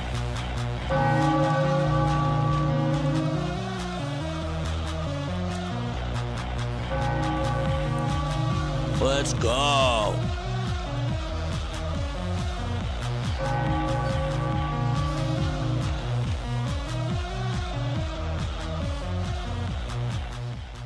Let's go, baby.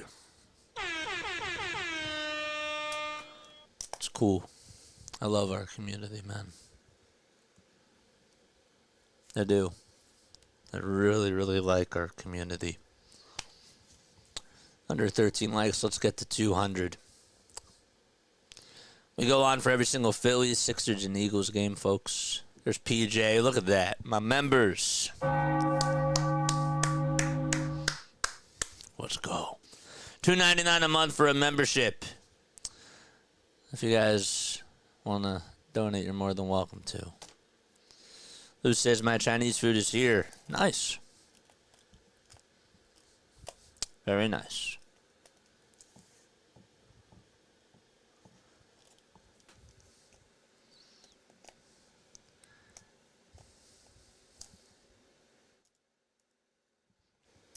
The pitch to Ruiz. It's bunted, popped up over towards Ruiz, and it's caught for out number 1. They put out Jose Ruiz to pitch in this top of the 7th inning, and he was able to make the catch. Shake up Young, bunted over to him. That was not how you lay down a bunt. It's not just the Phillies who struggle with these things. And that's going to be it. They just wanted them to face the righty, and they're going to go to probably a lefty, and it will be a lefty. It's Tanner Banks against C.J. Abrams. I don't like that move. He's pitching fine. Why pull him? He's pitching okay. He had, 14 pitches? You just put him back out there for that one batter? For that one pitch? That's it? I don't know. That kind of bugs me.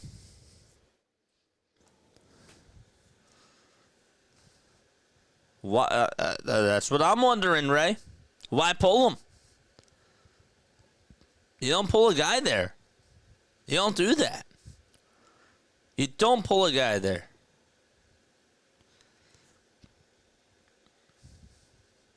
No excuse.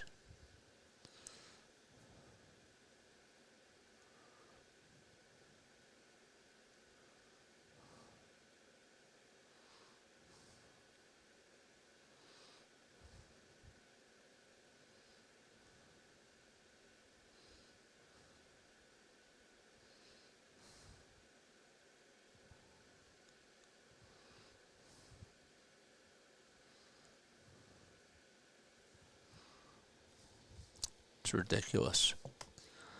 So now they're going to put in Tanner Banks, have him face the lefty here. And it's an analytics move. Right? It's an analytics move. He was fine.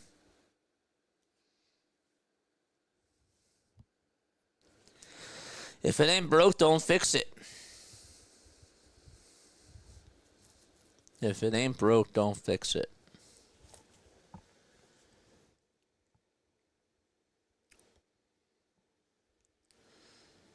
The pitch. It's in there for a strike. The C.J. Abrams. Inspire says, where were you, Gene Garber?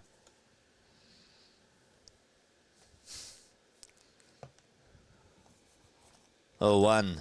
That's outside for a ball. I could even come in for one pitch. Well, he pitched the previous inning, to be fair, but it's just that batter. 1-1 to Abrams. Fly ball, it's a foul ball, and it goes out of play.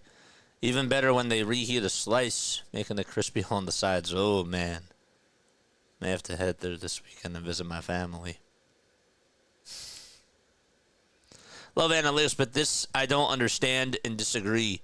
Analytics aren't everything. Thank you. I agree. It's not the Bible. 2 balls, 2 strikes. To C.J. Abrams. And the 2-2 pitch on the outside corner for a called strike 3. There's 2 outs. Like you said, 14 pitches. Yeah, he comes in with 13 and just faces the one batter. Gets him to bunt out. I just don't get it.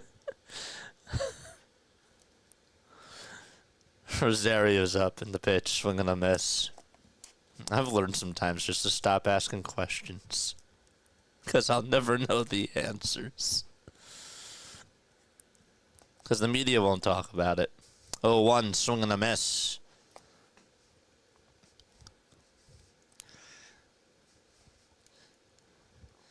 It just doesn't make sense because your bullpen hasn't really been so successful. 0-2, it's a foul ball. I don't want to keep banging on the drum.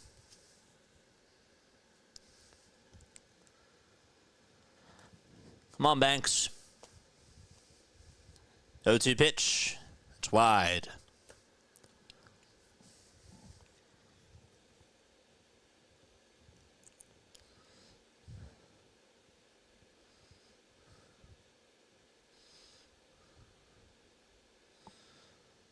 One-two pitch on the way. Swing and a miss. He struck him out. We're going to the bottom of the 7th. And it's 6-2 Phils. Good for Tanner. I'll tell you that. Good for Tanner. You did good there. I agree with you guys. When one of our relievers is cooking, let him cook. For the love of God. Exactly. You know, in basketball, one of my favorite sayings is feed the hot hand. Right? In this case, he wasn't tired. That's what you put him out there for another batter. Didn't look tired at all. I don't know. Anyhow, nice job by Tanner Banks nonetheless. Let's hope that we can keep this up. All right, Harper, Schwarber, and Castellanos all due up in the batting order.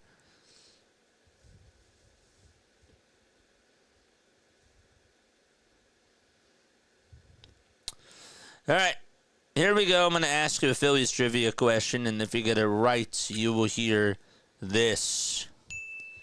If you get it wrong, you will hear this. Okay.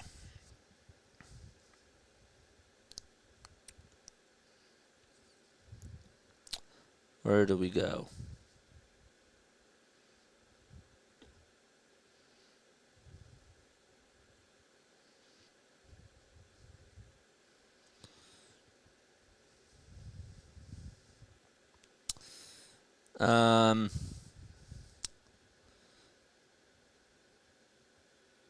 I had one. What the heck? Okay, here we go. We'll do a very easy one.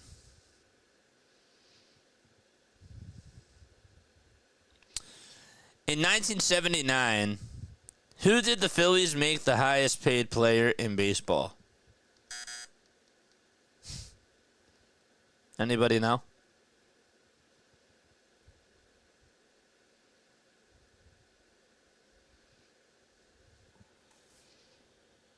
Do you know who the highest player in baseball was in 1979?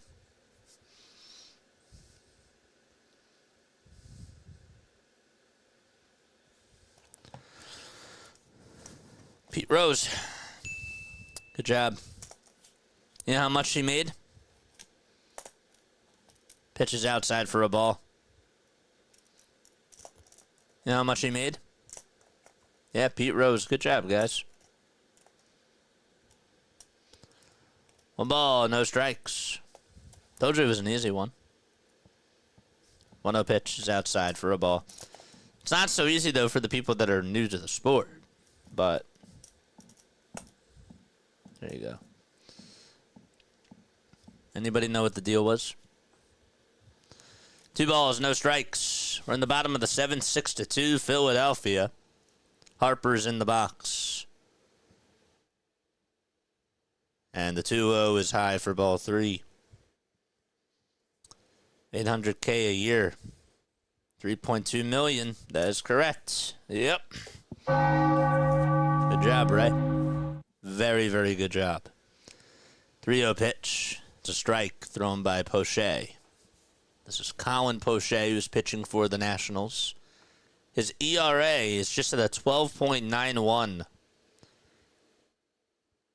was at 12.86. And then it went up a little bit after he gave up a home run in the Mets game.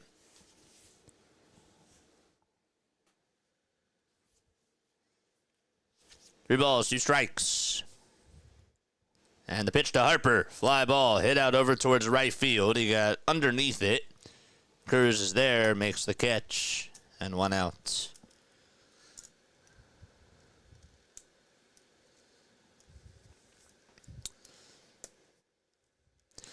I heard about it, but I forget what the story was.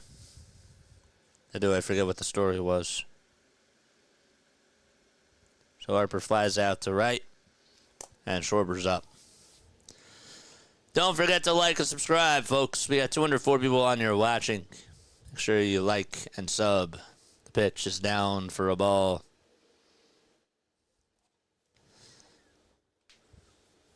Schwarber had a 3-run blast back in the bottom of the first. 1 ball, no strikes. Poche kicks, delivers, and Schwarber pops it foul.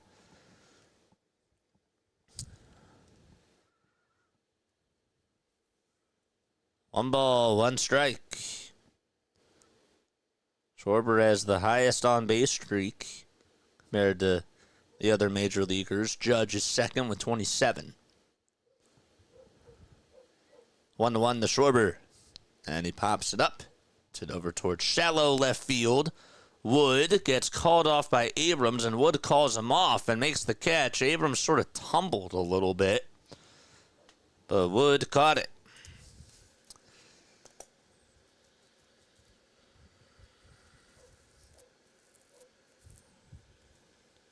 My dog's barking.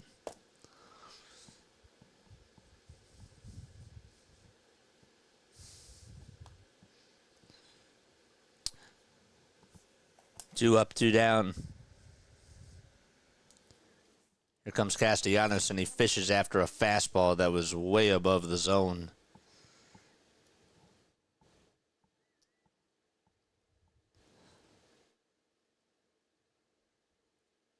It's tough when your teammate runs into you.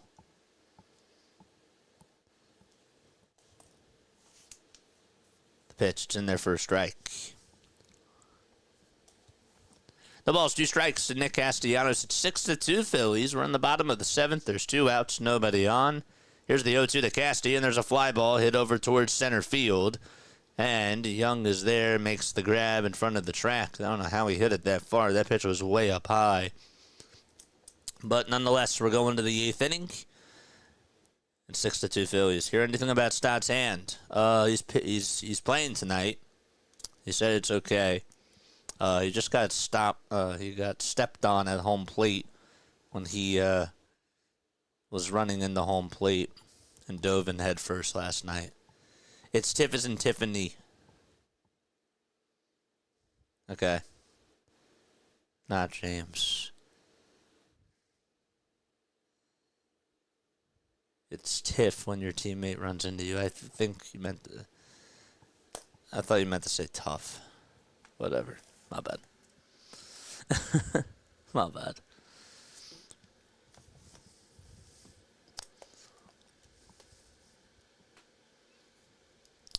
All right.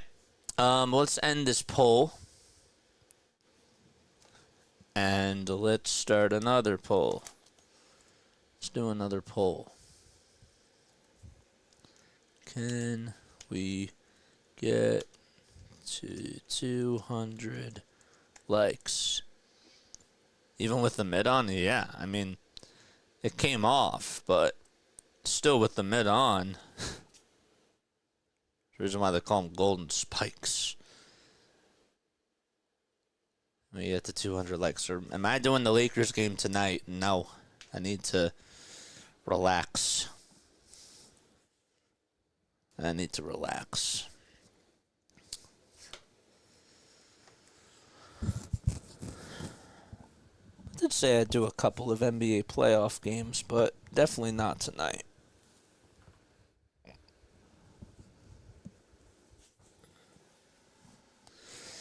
Noah Cameron had a no-hitter. Just ended in the 7th inning.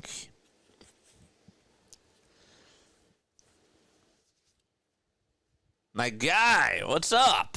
What is going on?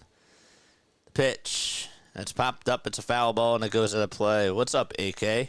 How are you, man? Tougher questions, will we? JJ needs to relax after last night's game. It still is traumatizing me, man. What's up, AK? Drop your link down below, man. Drop that link down below. No balls, 1 strike. Banks is still pitching, and the pitch is in there for a strike. So he's okay with going to Tanner Banks. And what's he going to do? He's going to have him face Wood and Lowe in this inning. 0-2 pitch, and it's outside for a ball. Doing great, man. Hope all is well, he says. I'm happy to see you, man. Very happy to see you. 1-2 pitch, check swing, foul ball. Go subscribe to AK. That's NFL Reality Check, folks. He is our friend. He is our boy. 1-2 pitch, line drive, caught by Stott. And there's one away. What's up? Getting to 1,000 subs, man. Let's get our boy to 1,000. There he is right there. Go subscribe to AK. There he is. He just posted it. I think I posted it too. I just did. do the first. Yeah. Go to his link. Don't go to mine. The pitch, it's in there for a strike. I appreciate you, man. I want us to get you to 1K. AK 1K. Come on, man. 0-1, swinging a foul ball.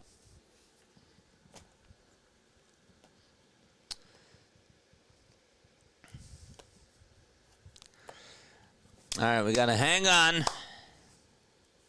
Just got to hang on. 0-2 is the count. The next pitch, check swing. Did he go? No, he did not. Time called. After the game is done, calling into the post-game show, 610-314-0844 is the phone number. Would love to hear your thoughts on this game. And would love to have you guys talk to me. Here's the 1-2 pitch. High again. Hello. Hi.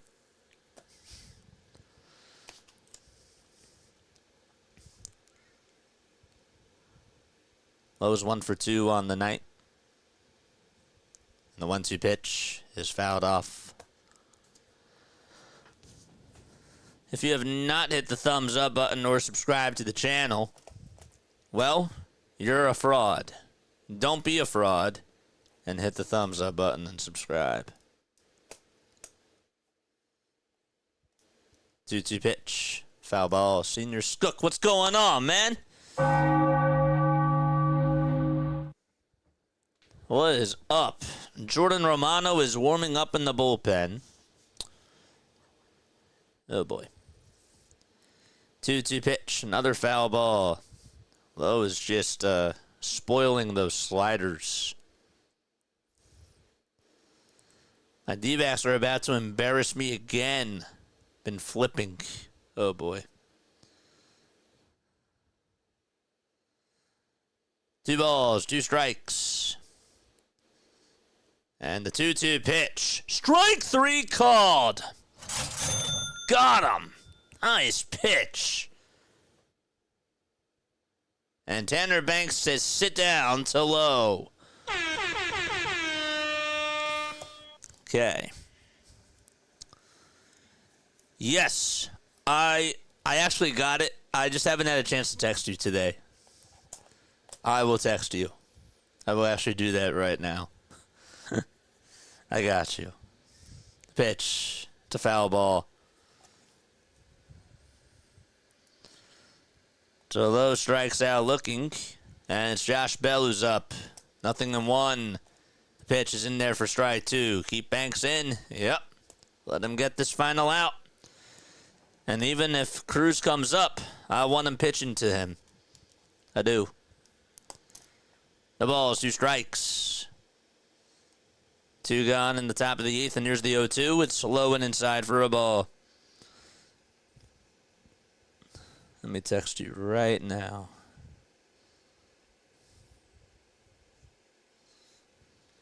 The 1-2 delivery, swing and a miss again. Josh Bell has had himself not such a good day at the plate against the Phils, and Tanner Banks able to strike out the side.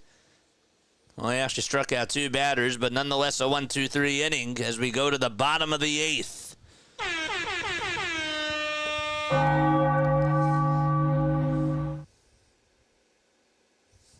There we go. Just texted you. Just texted you, brother. I got you. I forgot to do it. Oh, you're good, man. I figured I'd just let you know before the weekend. No, I got you. I just texted you. I just haven't had a moment to do it. Yes, sir. Let's go. All right. 3 more outs to go.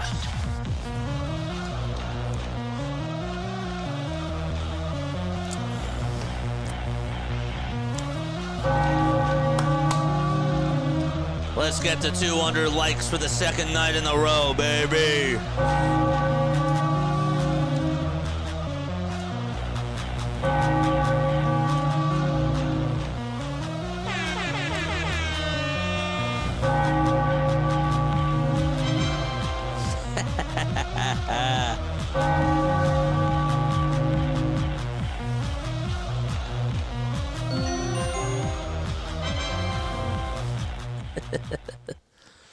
Nice. Texting while broadcasting is a finable action.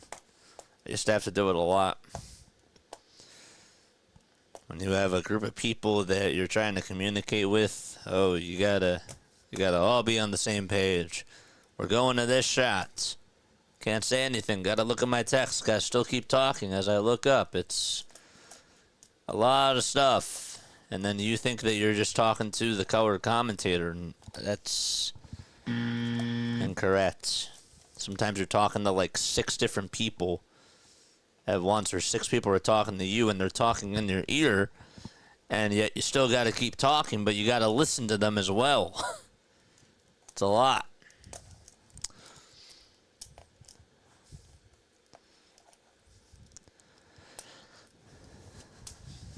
Here comes JT.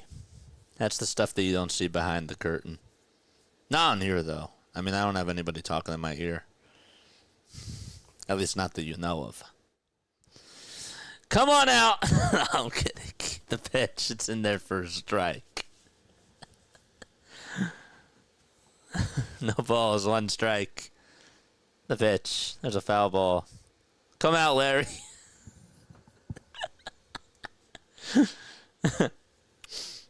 Come out, Jade.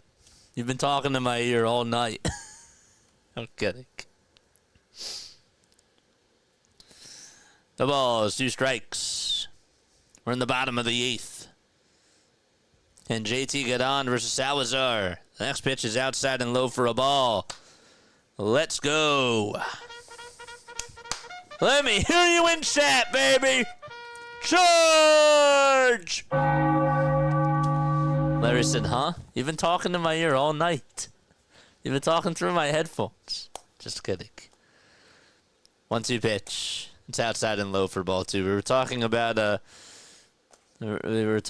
how communicating during a broadcast, how I'm talking to like 6 different people sometimes when I'm doing it in person, and it's for a TV station. The 2-2 to JT. Fly ball hit out over towards left field. It's deep. It's going, and it is gone. 7-2 Phils. Let the party continue.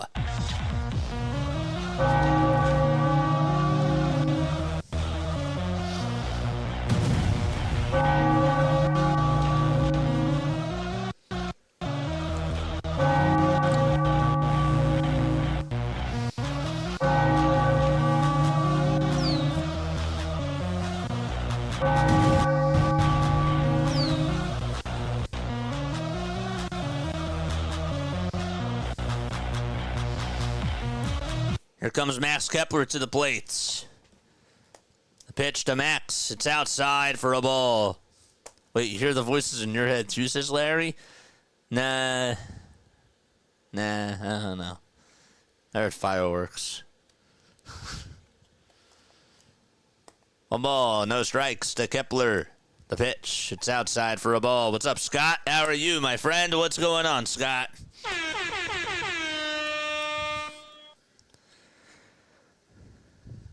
Very nice. 2 balls, no strikes to Max Kepler. Salazar kicks, fires the 2-0 pitch. Grounder hit over towards the right side. Second baseman Nazzy throws it over to first. It's in time for out number 1. Bullpen sharp, bats awake. Is this the start of a beautiful run? Says Midnight Mickey. Let's wait till the 9th inning. Let's just wait till the 9th inning before we say anything. I think that was the lesson I learned last night. It's looking good so far. Let's wait till the 9th. I'm still having trauma from that. Pitch is in the inside. It's on the inside corner for a strike. Uh-oh, Carlos Hernandez is warming up. Why? Why would you go to him? The ball is 1 strike. The pitch to Sosa. Grounder rolled over to shortstop. Abrams has it. Throws it over to first. It's in time for out number 2. Midnight Mickey says, you're right, my bad. No. I'm not criticizing you. I'm just saying I'm going to wait till the 9th inning is done because I made that mistake last night. That's all I'm going to say. Carlos Hernandez is warming up in the bullpen, folks. He has not had a good season for the Phillies in the bullpen. Let's hope that he can come through. Ugh. Let's get another run, please. Comes Rojas in the pitch. There's a line drive hit out to right field for a base hit. Tell you this, Rojas has actually been hitting the ball better.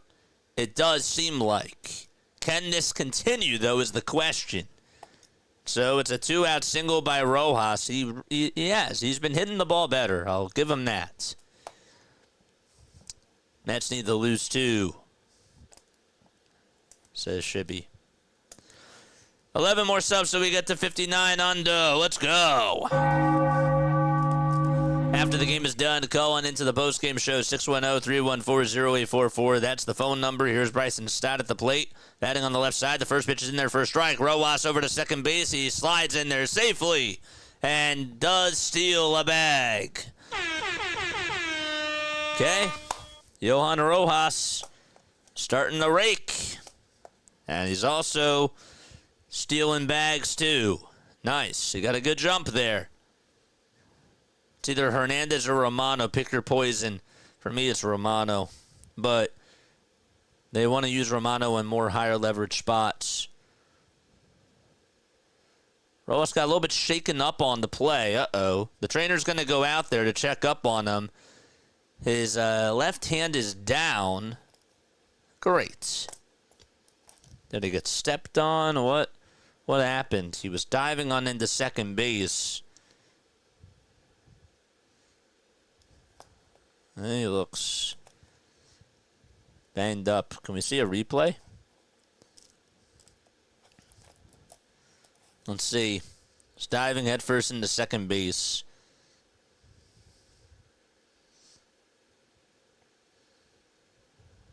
And even with the mitts on, he got a little bit nicked up on the left hand. Romano in high leverage spots. Well, he pitched in a high leverage spot the last time. That's how they're utilizing him. Not saying that that's how I would utilize him. Trainer is out there checking up on Rojas. That's the big thing right now. And he's going to try to jog it off. Oh boy. It was abdomen. Says he's okay. And Rob and the trainer are going to go back to the dugout. Okay. Let's hope he stays okay.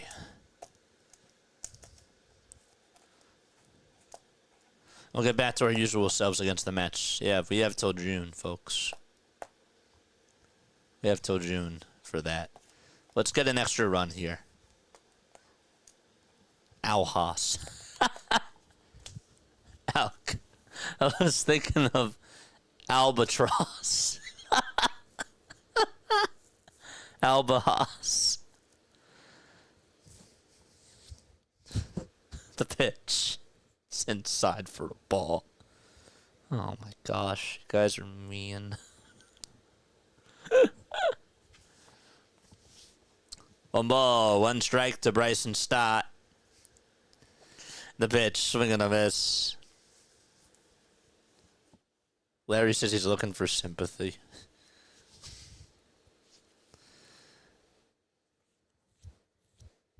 What's up, Kelvin? 11 more subs, so we get to 5,900. We're so close. Here's the 1-2 to Stott. High and inside for a ball.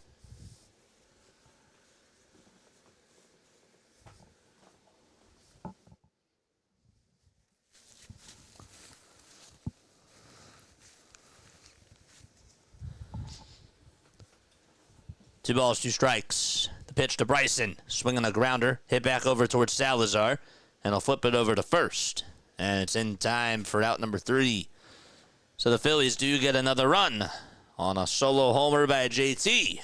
And we're going to the top of the 9th. 7-2 is the score. Can the Phillies hang on? Is the question. Okay, come on. Hernandez is pitching. I don't feel good about this, to be honest with you. I understand that these guys have to pitch sometime. It still doesn't mean that I feel good. Have to open that window. 258 people on here watching. Please make sure that you hit the thumbs up button. And please make sure that you hit the subscribe button as well. Mike Sports Vibes, what's going on? Mike, you still here? Mike, you over on the vertical stream. What's going on? Say I swear. I can't remember, but I feel that. All right, come on. Is Mike still there over on the vertical stream? Haven't really been looking at it. My fault. Might be.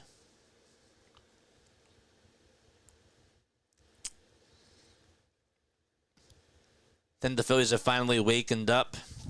I'll tell you my answer after the game because I need us to hang on to this. Again, I learned my lesson last night. To not speak too soon. We have 146 likes. We are 54 likes away from getting to 200. Let's go. Let's get to 200 likes. If you have not hit the thumbs up button, what are y'all waiting for? Let's keep going. Appreciate each and every one of you. Stop getting vertical and let's get horizontal, chat. I do both because I have to cut highlights somehow, some way. And I use the vertical for it. It's easier. And plus, it's better for me. It's better for the channel. Here's Hernandez, the pitch. It's in there for a strike. Dylan Cruz is up. 6, 7, and 8 up in the batting order. 0-1 pitch to Cruz. Foul ball. Hernandez has not had a lot of success this year. His ERA is at a 7.2. It was at a 9 3 outings ago. Then it went back up to an 8 last outing. The pitch. Foul ball. I was vertical earlier today, but now I'm horizontal.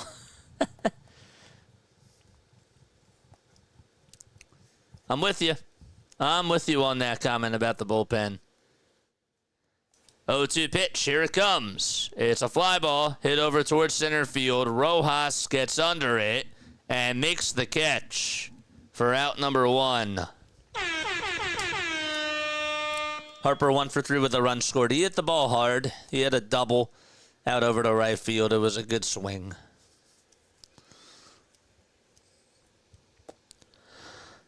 All right.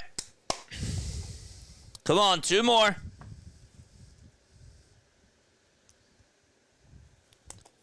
Kybert Ruiz is up. Get these last 2 outs here. The pitch. It's high for a ball. Continue to like and subscribe, folks. We have 229 people tuning on in.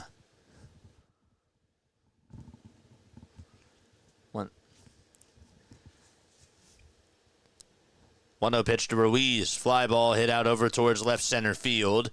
Kepler gets underneath the baseball, makes the catch, and there's 2 away.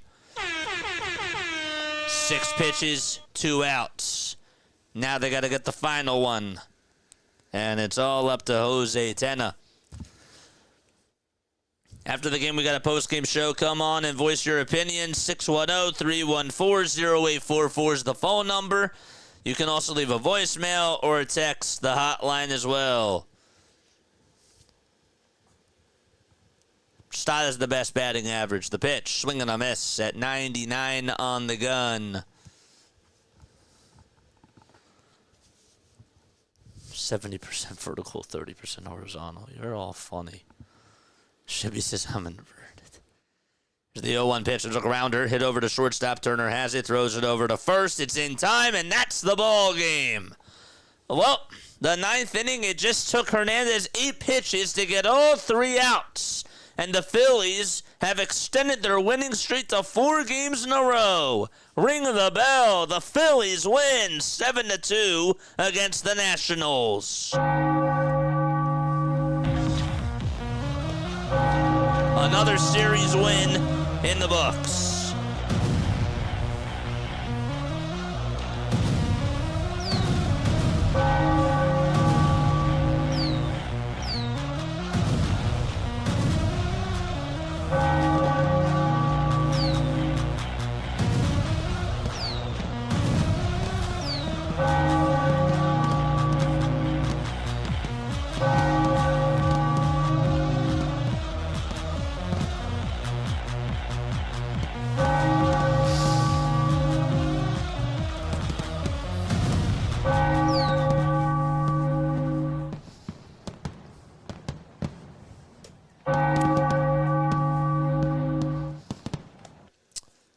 Come on for the postgame show. Come on for the postgame show. Come talk to me. This was a nice win. This was a stress-free game. And, yeah, I mean, they still have a lot more to prove to me. But I'll take this. This was a good win for the Phillies. Nonetheless, they actually put up some good at-bats today. Doesn't necessarily move the needle for me, but guess what? 4 wins in a row. Nice. We got to get the wins somehow, some way. And, yeah, I did not think Christopher Sanchez had his best outing today. And I'm worried about Sanchez going forward. That's just me personally.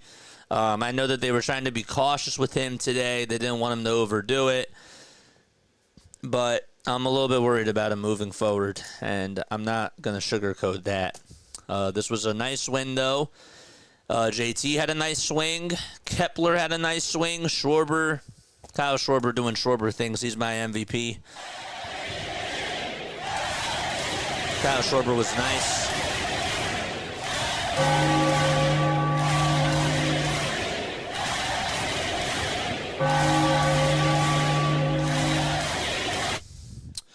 But yeah, overall, good things. The bullpen actually did very good today. Do it again, though, is the thing that I have to say.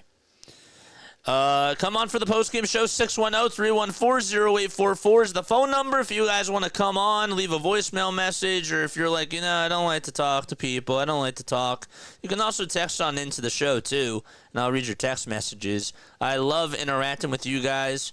I'm a man of the people, and, if you guys want to come on, you're more than welcome to. Also, Discord. You can also join that as well. And we'll be taking calls over on Discord too. All right, see you on a little bit. I'll be on in about 5 minutes, and we'll talk more about this game. Hit the like button on your way out if you're not going to stay. And also subscribe to the channel if you have not done so already. Thanks so much for tuning on in. See you in just a few moments.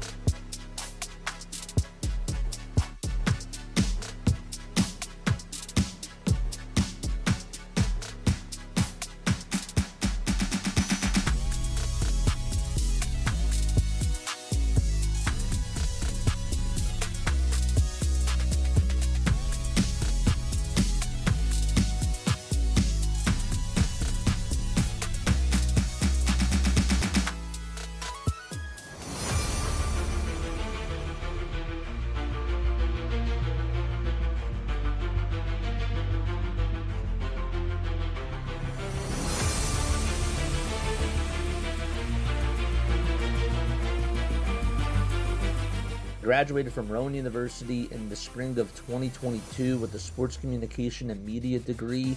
I got to actually call minor league baseball and G League basketball games while I was in school. And then I graduated, and as soon as I graduated, I went to NFL Films in Mount Laurel, New Jersey. And as much as I loved that experience, I miss putting on the headsets. I decided, you know what, talk is cheap. I have a laptop that's in my house, and so 21 months later, here we are, still on YouTube, calling games and building an incredible, loving community on here with the people that I call my Philly freaks with a capital P and a capital H. We go live for every single Phillies, Sixers, and Eagles game, and we do it like old school radio play-by-play style. I'm Jason Joseph, and this is Play-by-Play with JJ. I showed a swung on barrel. Get out to right field. Bye-bye baseball. That baby is long gone. After a night where the Phillies had just an absolute dramatic fight, the Phillies were able to take care of business tonight, and there was not a lot of stress, and you could just sort of kick your feet up, even though you really can't kick your feet up with watching this team right now. But, you know, this was a nice win for the Phillies. They were able to beat the Nationals by 5. And it wasn't even close. It really was. The Phillies showed that they were the better team, and I still didn't feel like the Phillies really showed their prowess. But that's just me personally, and we'll talk more about it. First and foremost, though, just wanted to congratulate our new member, Joseph. Thank you so much, Joseph. That's my MVP for tonight. You're the man, Joseph. Thanks so much for becoming a member. Congratulations to you, and welcome aboard to the Philly Freak Nation. All right, so my takeaways from tonight. Actually, before I even do my takeaways, let me ask you this. Okay, if you were to give the Phillies a letter grade for tonight's game, just based off of their performance, all around, pitching, bullpen, offense, management, what would your letter grade be? I'm going to go with a B+. I'm going to be a little bit tougher. I'm going to go with a B because part of it was based off of last night. I still don't feel like that this team was able to do what they did the minimum of what they had to do, but I didn't think that they were like, oh my gosh, like this was a great performance. Now, granted, it's the Washington Nationals. I understand. And this team's not going to put up like 14 runs. I also get that too. But my main thing about this team is that this team was supposed to rake. This team was supposed to be hitting. This team is filled with power hitters with Schwarber, Harper, Castellanos, and Trey Turner. Those 4 guys alone should be getting you at least 25 homers in a season, if not 30. Schwarber and Harper should be getting you 35 plus, and Schwarber should be getting 50. 45 to 50. That's how I feel about this team. And so I wasn't necessarily, I'm not going to say that I wasn't happy with tonight, but again, they need to do more. They have to do more. But let's focus on the positives for tonight's game. Okay, in my notes, Christopher Sanchez wasn't all positive, but he wasn't bad either. He went 5 innings. He gave up 2 earned runs. The 3 walks was a concern to me. He also hit a bat or 2. He did strike out 6 batters, though, and the changeup does continue to be his out pitch. That thing is disgusting. That thing has so much life to it, and it's so, like, I don't know. It's like, I think that he arguably has the best changeup in all of baseball. I really believe that. When it's on, it's on. Remember, like, when we played against the Giants? Remember when the Phillies played against the Giants, and he had 11 of his 12 strikeouts against that changeup? Now, granted, the batters, it's in the sun, it's 4:05, whatever, still can't see the pitch. I don't care. That thing was rocking. That thing was rocking then. And it was pretty good tonight. in that second inning specifically, I thought that he was really dominant with the changeup, and that was easily his best inning of work. He looked like he was just dominating that mound in the second inning. And then in the third inning, sure, he gets a double play after he allows a hit by pitch and also gives up a leadoff walk.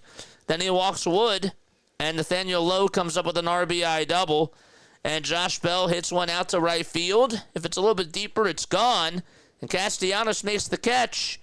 But look, the defense bailed him out in that inning. It's not always going to happen.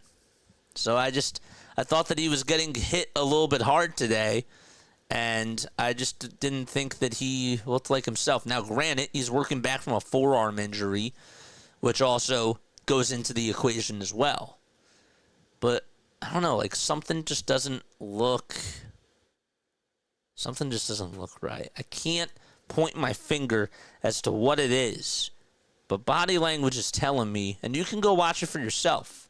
You guys might have your own opinions about it.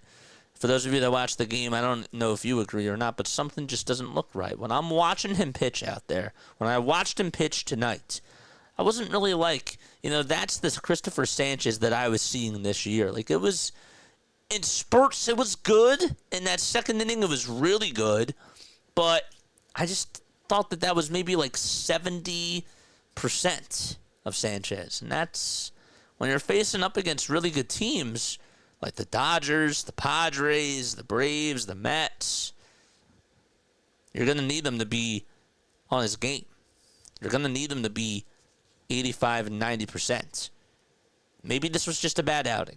Maybe this was just one of those outings where he was like, you know what, I'm working my way back from an injury, and, this I'm going to get my way out of it. I don't know. But just something to monitor. Something to keep your eye on. Now, I'm usually very high on this guy. I am. I like what he's been able to do. I will get to your comments. Obviously, again, you can call into the show. You can leave a voicemail message. And you can come talk to me and let me know what your thoughts are, too. Bryson Stott in the leadoff spot. If it ain't broke, do not fix it. I think he's found a home. Bryson Stott, right now, is the best hitter on this team. Part of that, and we were giving him a lot, let's be honest, we were giving Bryson Stott a lot of criticism, and rightfully so, him and Marsh, for not being able to produce. We were on Bryson Stott. We were on him so much, and now he's actually, I think, found himself in a groove. Think that he's been doing a lot better. He had an RBI single in the fourth, put up a nice at-bat, starts the game off with a single, and that was important that he started off the bottom of the first with a single off of Jake Irvin, because guess what? That set the table for Trey Turner to get on with a walk, and then Bryce Harper, after Turner gets on with 4 pitches, what does he do? He swings at 2 curveballs. I'm not trying to be negative here, but my positive was going to be that Schwarber hit the 3-run homer. And Schwarber's swing, by the way, that was not on a fastball. That was on a curveball. He stayed back on it. It was low, and he was able to drill it out to right field, and it went into the seats. Good swing by Kyle. Thought that he had a very nice day.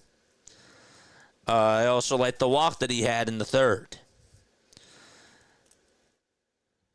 Today, with runners in scoring position, the fightins were 3 for 10. Still not good enough. Still not good enough when we're in situational hitting spots. We've got to do better at getting runners home. Now, the long ball was working today. This team is supposed to rake. This team is supposed to hit home runs. But they're also supposed to be playing small ball, too. I thought that Rojas had a nice day today, and I'm going to get to him in just a little bit because I was really tough on him last night, and rightfully so. I was really tough on Trey Turner last night, rightfully so there. Turner went 0 for 3 today with a run scored. He didn't have a good game. He did not do well. Got on with a walk, struck out, had another 2 bad throws over at first base again that I could keep count of. There's a problem with Trey Turner.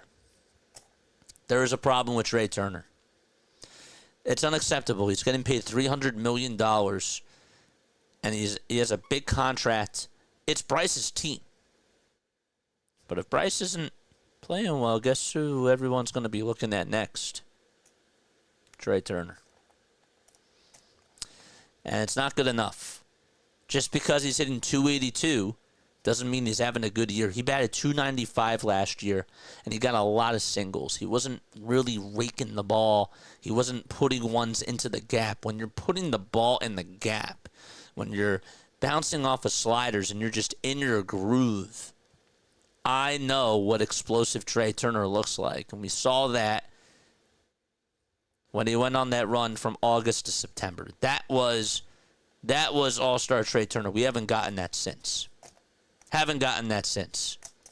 And it's not good enough. It's not good enough. When you're batting 282, you're not driving in runs, you're not hitting the long ball, and you're just chasing after these terrible pitches. And you're not making good contact with the baseball. That's really what the key is. Make good contact. He's not doing that. So, when you hit a ground ball back up the middle, I don't really take a lot of appeal to that.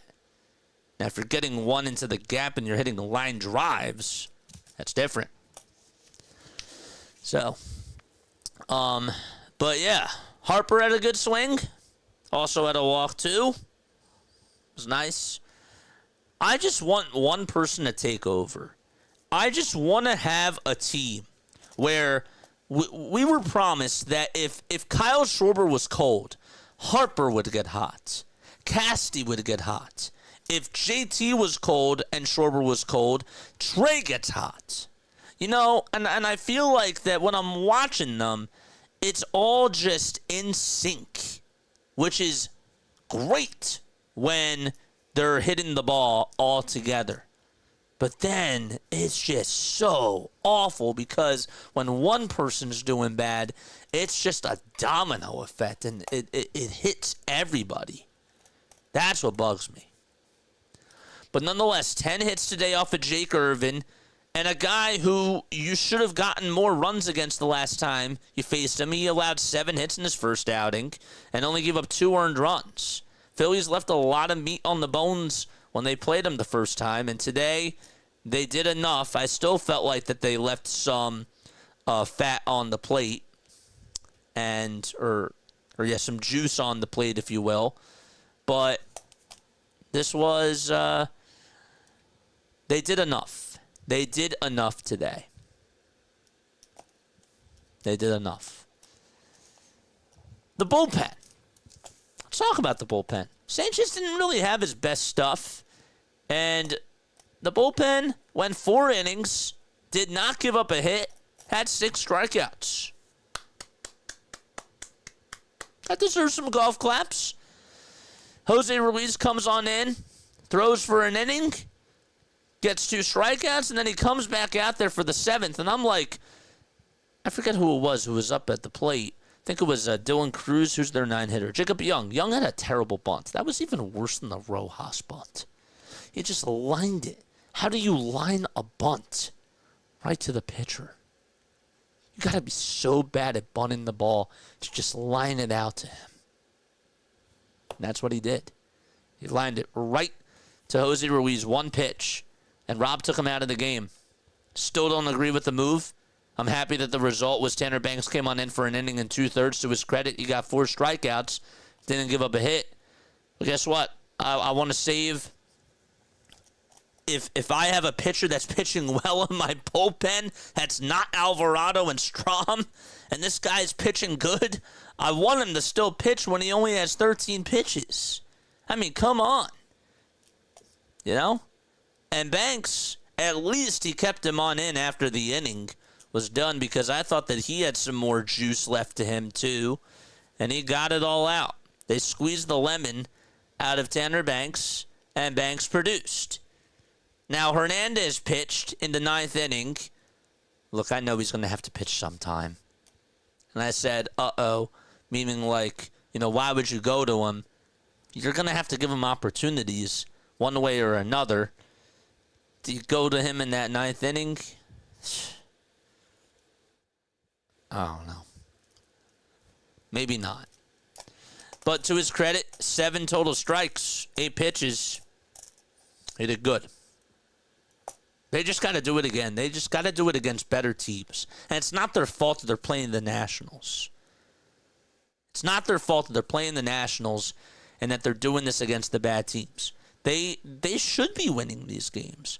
They should be doing well against these teams, against these bottom feeder teams. Now, the Cubs aren't a bottom feeder team, but Cubs, I still don't look at that series as if they... I still don't take a lot of stock into that. But if they string together 6, 7, 8 good wins in a row, then I'm starting to feel better. Then I'm starting to feel a little bit better. Especially when you have the Diamondbacks coming on into town after tomorrow. But yeah, bullpen was good. Hitters, Rojas was good at the plate. Kepler had a good swing. JT had a nice swing. And Kyle Schwarber had a good swing too. And Stott did good today. I'll take that. Yeah. I'm not like waving the pom-poms. I'm not too high on this team because, again, this team has hurt me. This team has had times, especially this season, where, you know, they were supposed to come on in with a sense of urgency. And I do think that they're turning the page, that they're starting. I don't want to say that they're turning the page. I think that they're gelling a little bit more.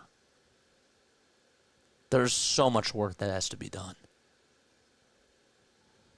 There is. Rob is speaking to the media now. We'll look into some quotes. And we'll hear from you guys. Calling into the show, 610-314-0844 is the phone number. You can also come onto the Discord server. It's right over here. Let me know what you guys think. Do you guys think that I should be more up on this team, especially after a win like tonight? Or, you know, do you hit the buzzer like in The Voice and turn the chair around? Is that what I should be doing? Let me know. Comment what you guys think down below. Or come on into the show and come talk to me. Let's go on into the live stream. All right. Joseph, thank you so much. Letter grade, how about an H, says Larry. How about an H? D-Vax just took a 2-1 lead against the Mets. I like that getting runners in scoring position has been on point versus the start of the season, says Joseph. There's still more work that has to be done. Their situational hitting is still not polished. Is it even going to be polished? What is polished? Polished to me is we're not chasing. We're not chasing and we're not guessing. Because there's a difference between chasing too much and being too patient. Not necessarily patient, but letting pitches go by, which is being ignorant, I think. Or too selective, I don't know. Letter grade that I would give them is a B-, says Jane. Okay, B-. Fair enough. Fair enough there. Trey's mistakes made it a little tougher on him as well. Yes. He has to get out of his head. He has to get out of his head. It's horrible that he's in this spot. And again, it's not good for the locker room. This team feeds off of vibes. When good things happen, they celebrate. People were actually wondering, and I'm a little bit off topic here, but you'll see my point. They were wondering, and they were asking themselves, and I heard this on WIP, should the Phillies have celebrated that walk-off win last night? Part of the fan base said no, but the other part said yes. And the reason why some of those people said yes was because they felt as if when things are going well for this team, when they show emotion and they do get high, that when the energy is high, it gets contagious. So like when Jose Alvarado struck out 3 batters in a row, with the bases loaded. He strikes out the side in that 8th inning. Like, that was a moment where he did pump his fist up in the air and he screamed to the crowd. That was cool. Phillies haven't really had a lot of moments like that this year. Let's be real. They just haven't. And he deserved that. And some people thought that because Stott came on in the home plate and they actually won that game, that they deserved, that they should have poured the Gatorade and that they should have done some more celebrating because the positive energy is contagious. And I kind of disagree with that. I disagree with the walk-off celebration in that stance because, to me, they have a job to do and they know that they're better. But that doesn't mean that they shouldn't be celebrating. That doesn't mean that they shouldn't be, feeling good about themselves because I don't think, I'm saying ever. I'm saying ever. Just not now. They got to work for it a little bit more, in my opinion. I'm too tired to talk and text right now. No worries. No worries. Go D-back. Stott at leadoff helps to set up Schwarber. The set up short bombs with runners on, as opposed to solo shots when he leads off. Yeah, I've been getting into this whole debate about the Schwarber leadoff spot over the years. I'm just going to tell you right now, Stott's driving in the leadoff spot, and Schwarber, before 2 weeks, before what he was doing over the last 2 weeks, he's been, overall, I'm going to keep him in the cleanup spot. Keep him there. If it ain't broke, don't fix it. It's working out fine. I don't like the idea of Schwarber batting behind Bryce Harper because I like righty, lefty, separating the both of them. The unfortunate part about it, though, is that nobody else is protecting Bryce. And Bryce can't even protect himself. Let's be real. Bryce, overall, this year has not had a good year. Stott's hitting better than he is. And I'm not trying to disrespect Stott, but it is trying to disrespect Bryce. Bryce is better. We need him to get hot. Turner and Sosa were the only ones without a hit. I can't believe Scott is that patient and bad that he can lead off. Well, a Stott. Yeah. Come on, JJ. Sanchez's arm was tweaked. He's a bit shy of throwing 110%. I wouldn't be too. I wouldn't want to re-injure it. I'm glad he's being careful. Yeah, I get it.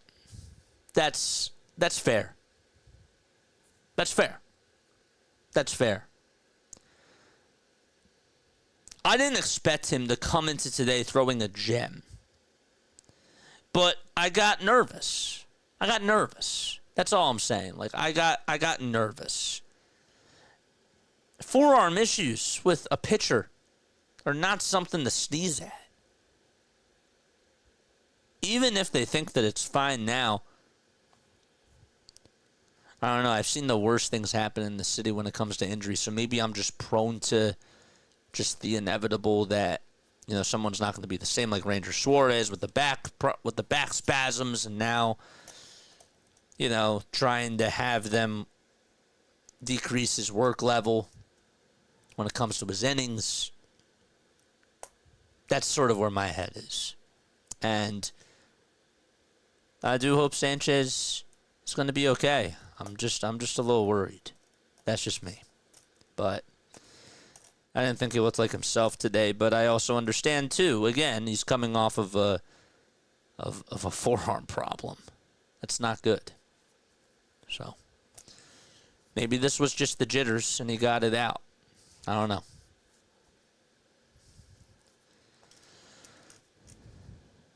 What else do we got? Schizo bullpen. Our bullpen is 8 Mitch Williamses. Johan Rojas is fine. Rob Thompson did say that he just knocked the wind out of himself with his belt buckle. Okay. So, you guys were right. Or sorry, you guys were wrong. It wasn't his abdomen, but even though it was close to it, it was his belt buckle. So,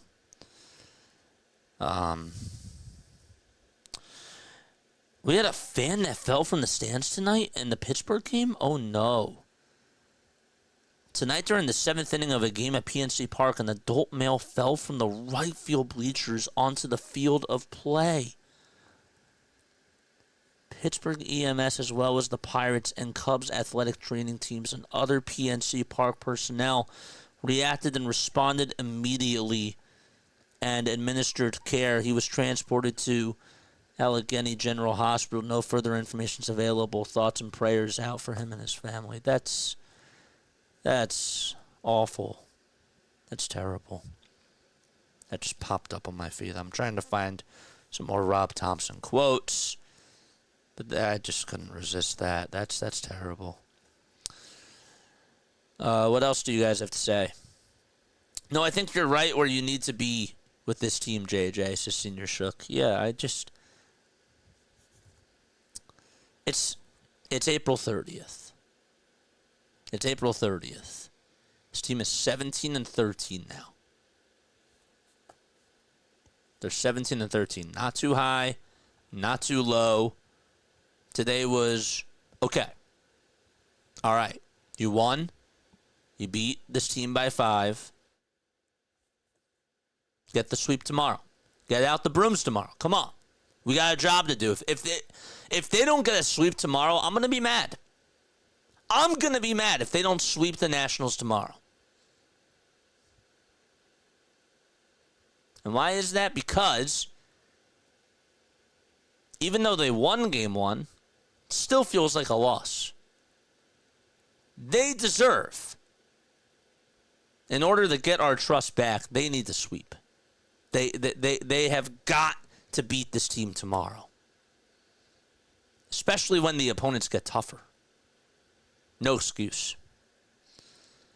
So, Ranger Suarez came out of his bullpen session today. Rob Thompson said that he will rejoin the rotation and start on Sunday for the Phillies. That's good news. I'll take that. Okay, that's good news. That's great. Awesome. Yeah, that makes me feel happier. Trim Elements has gone rogue. Yesterday's win was relief. It was not exuberance. I don't really care if they celebrate or not, says Larry. I have a trust problem. My shell is a little harder than some. I think that we're all there. I do. I think that we're all pretty. I don't disagree or agree. I felt good for the win and how we won, says Joe. It's fair. It's fair. This was like, okay, they won. Okay. Transit turtle reference. Jane is amphibious. Didn't mean it, but yeah, I'm a turtle when it comes to the Phillies. You got to play catch with me and be that excited till I poke my head out. A Sanchez still on the IL is the last thing that we need, says Larry. Yeah, I agree. How can't you med these problems? These can take muscle relaxers, right? How did they fix back spasms? It's a good question. I don't know. I'm not a doctor. Nor would I know. Suarez will return to the Phillies rotation this weekend. So Thursday pitching is Walker. Friday it's Luzardo. Saturday is Nola. And Sunday is Ranger. Jose Ruiz did good. I don't think I gave him enough credit. I thought Jose Ruiz did good. I thought Tanner Banks looked great. Just do it again. Just do it again. Do it again.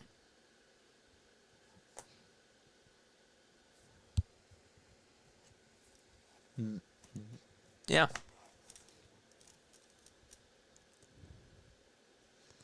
See, I'm the opposite. The more I drink, the farther I get from the edge of my seat. Too soon. Sorry. All right, that's going to wrap it up for me. If you guys want to call in into the show anytime in the future, 610-314-0844 is the phone number. Any quotes from Rob before I head off? Anything? Thought it was a complete game today, he said. Is that it?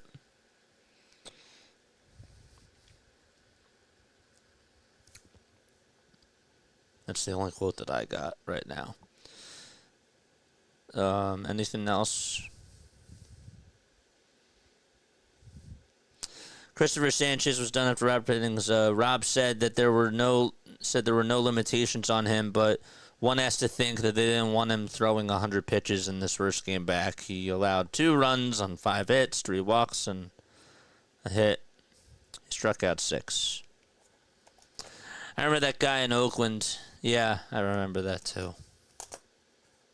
I do too. I remember that. All right. Love you all. I'm going to get going, and I will talk to you all on the next one. See you all tomorrow night, 6:45 p.m. Eastern Time. Taiwan Walker will take the mound tomorrow night, and we'll see you all then. Let's get the brooms out tomorrow. We got a job to finish. We got to get the sweep. Got to get the sweep. All right? Catch you all in the next one. Bye-bye.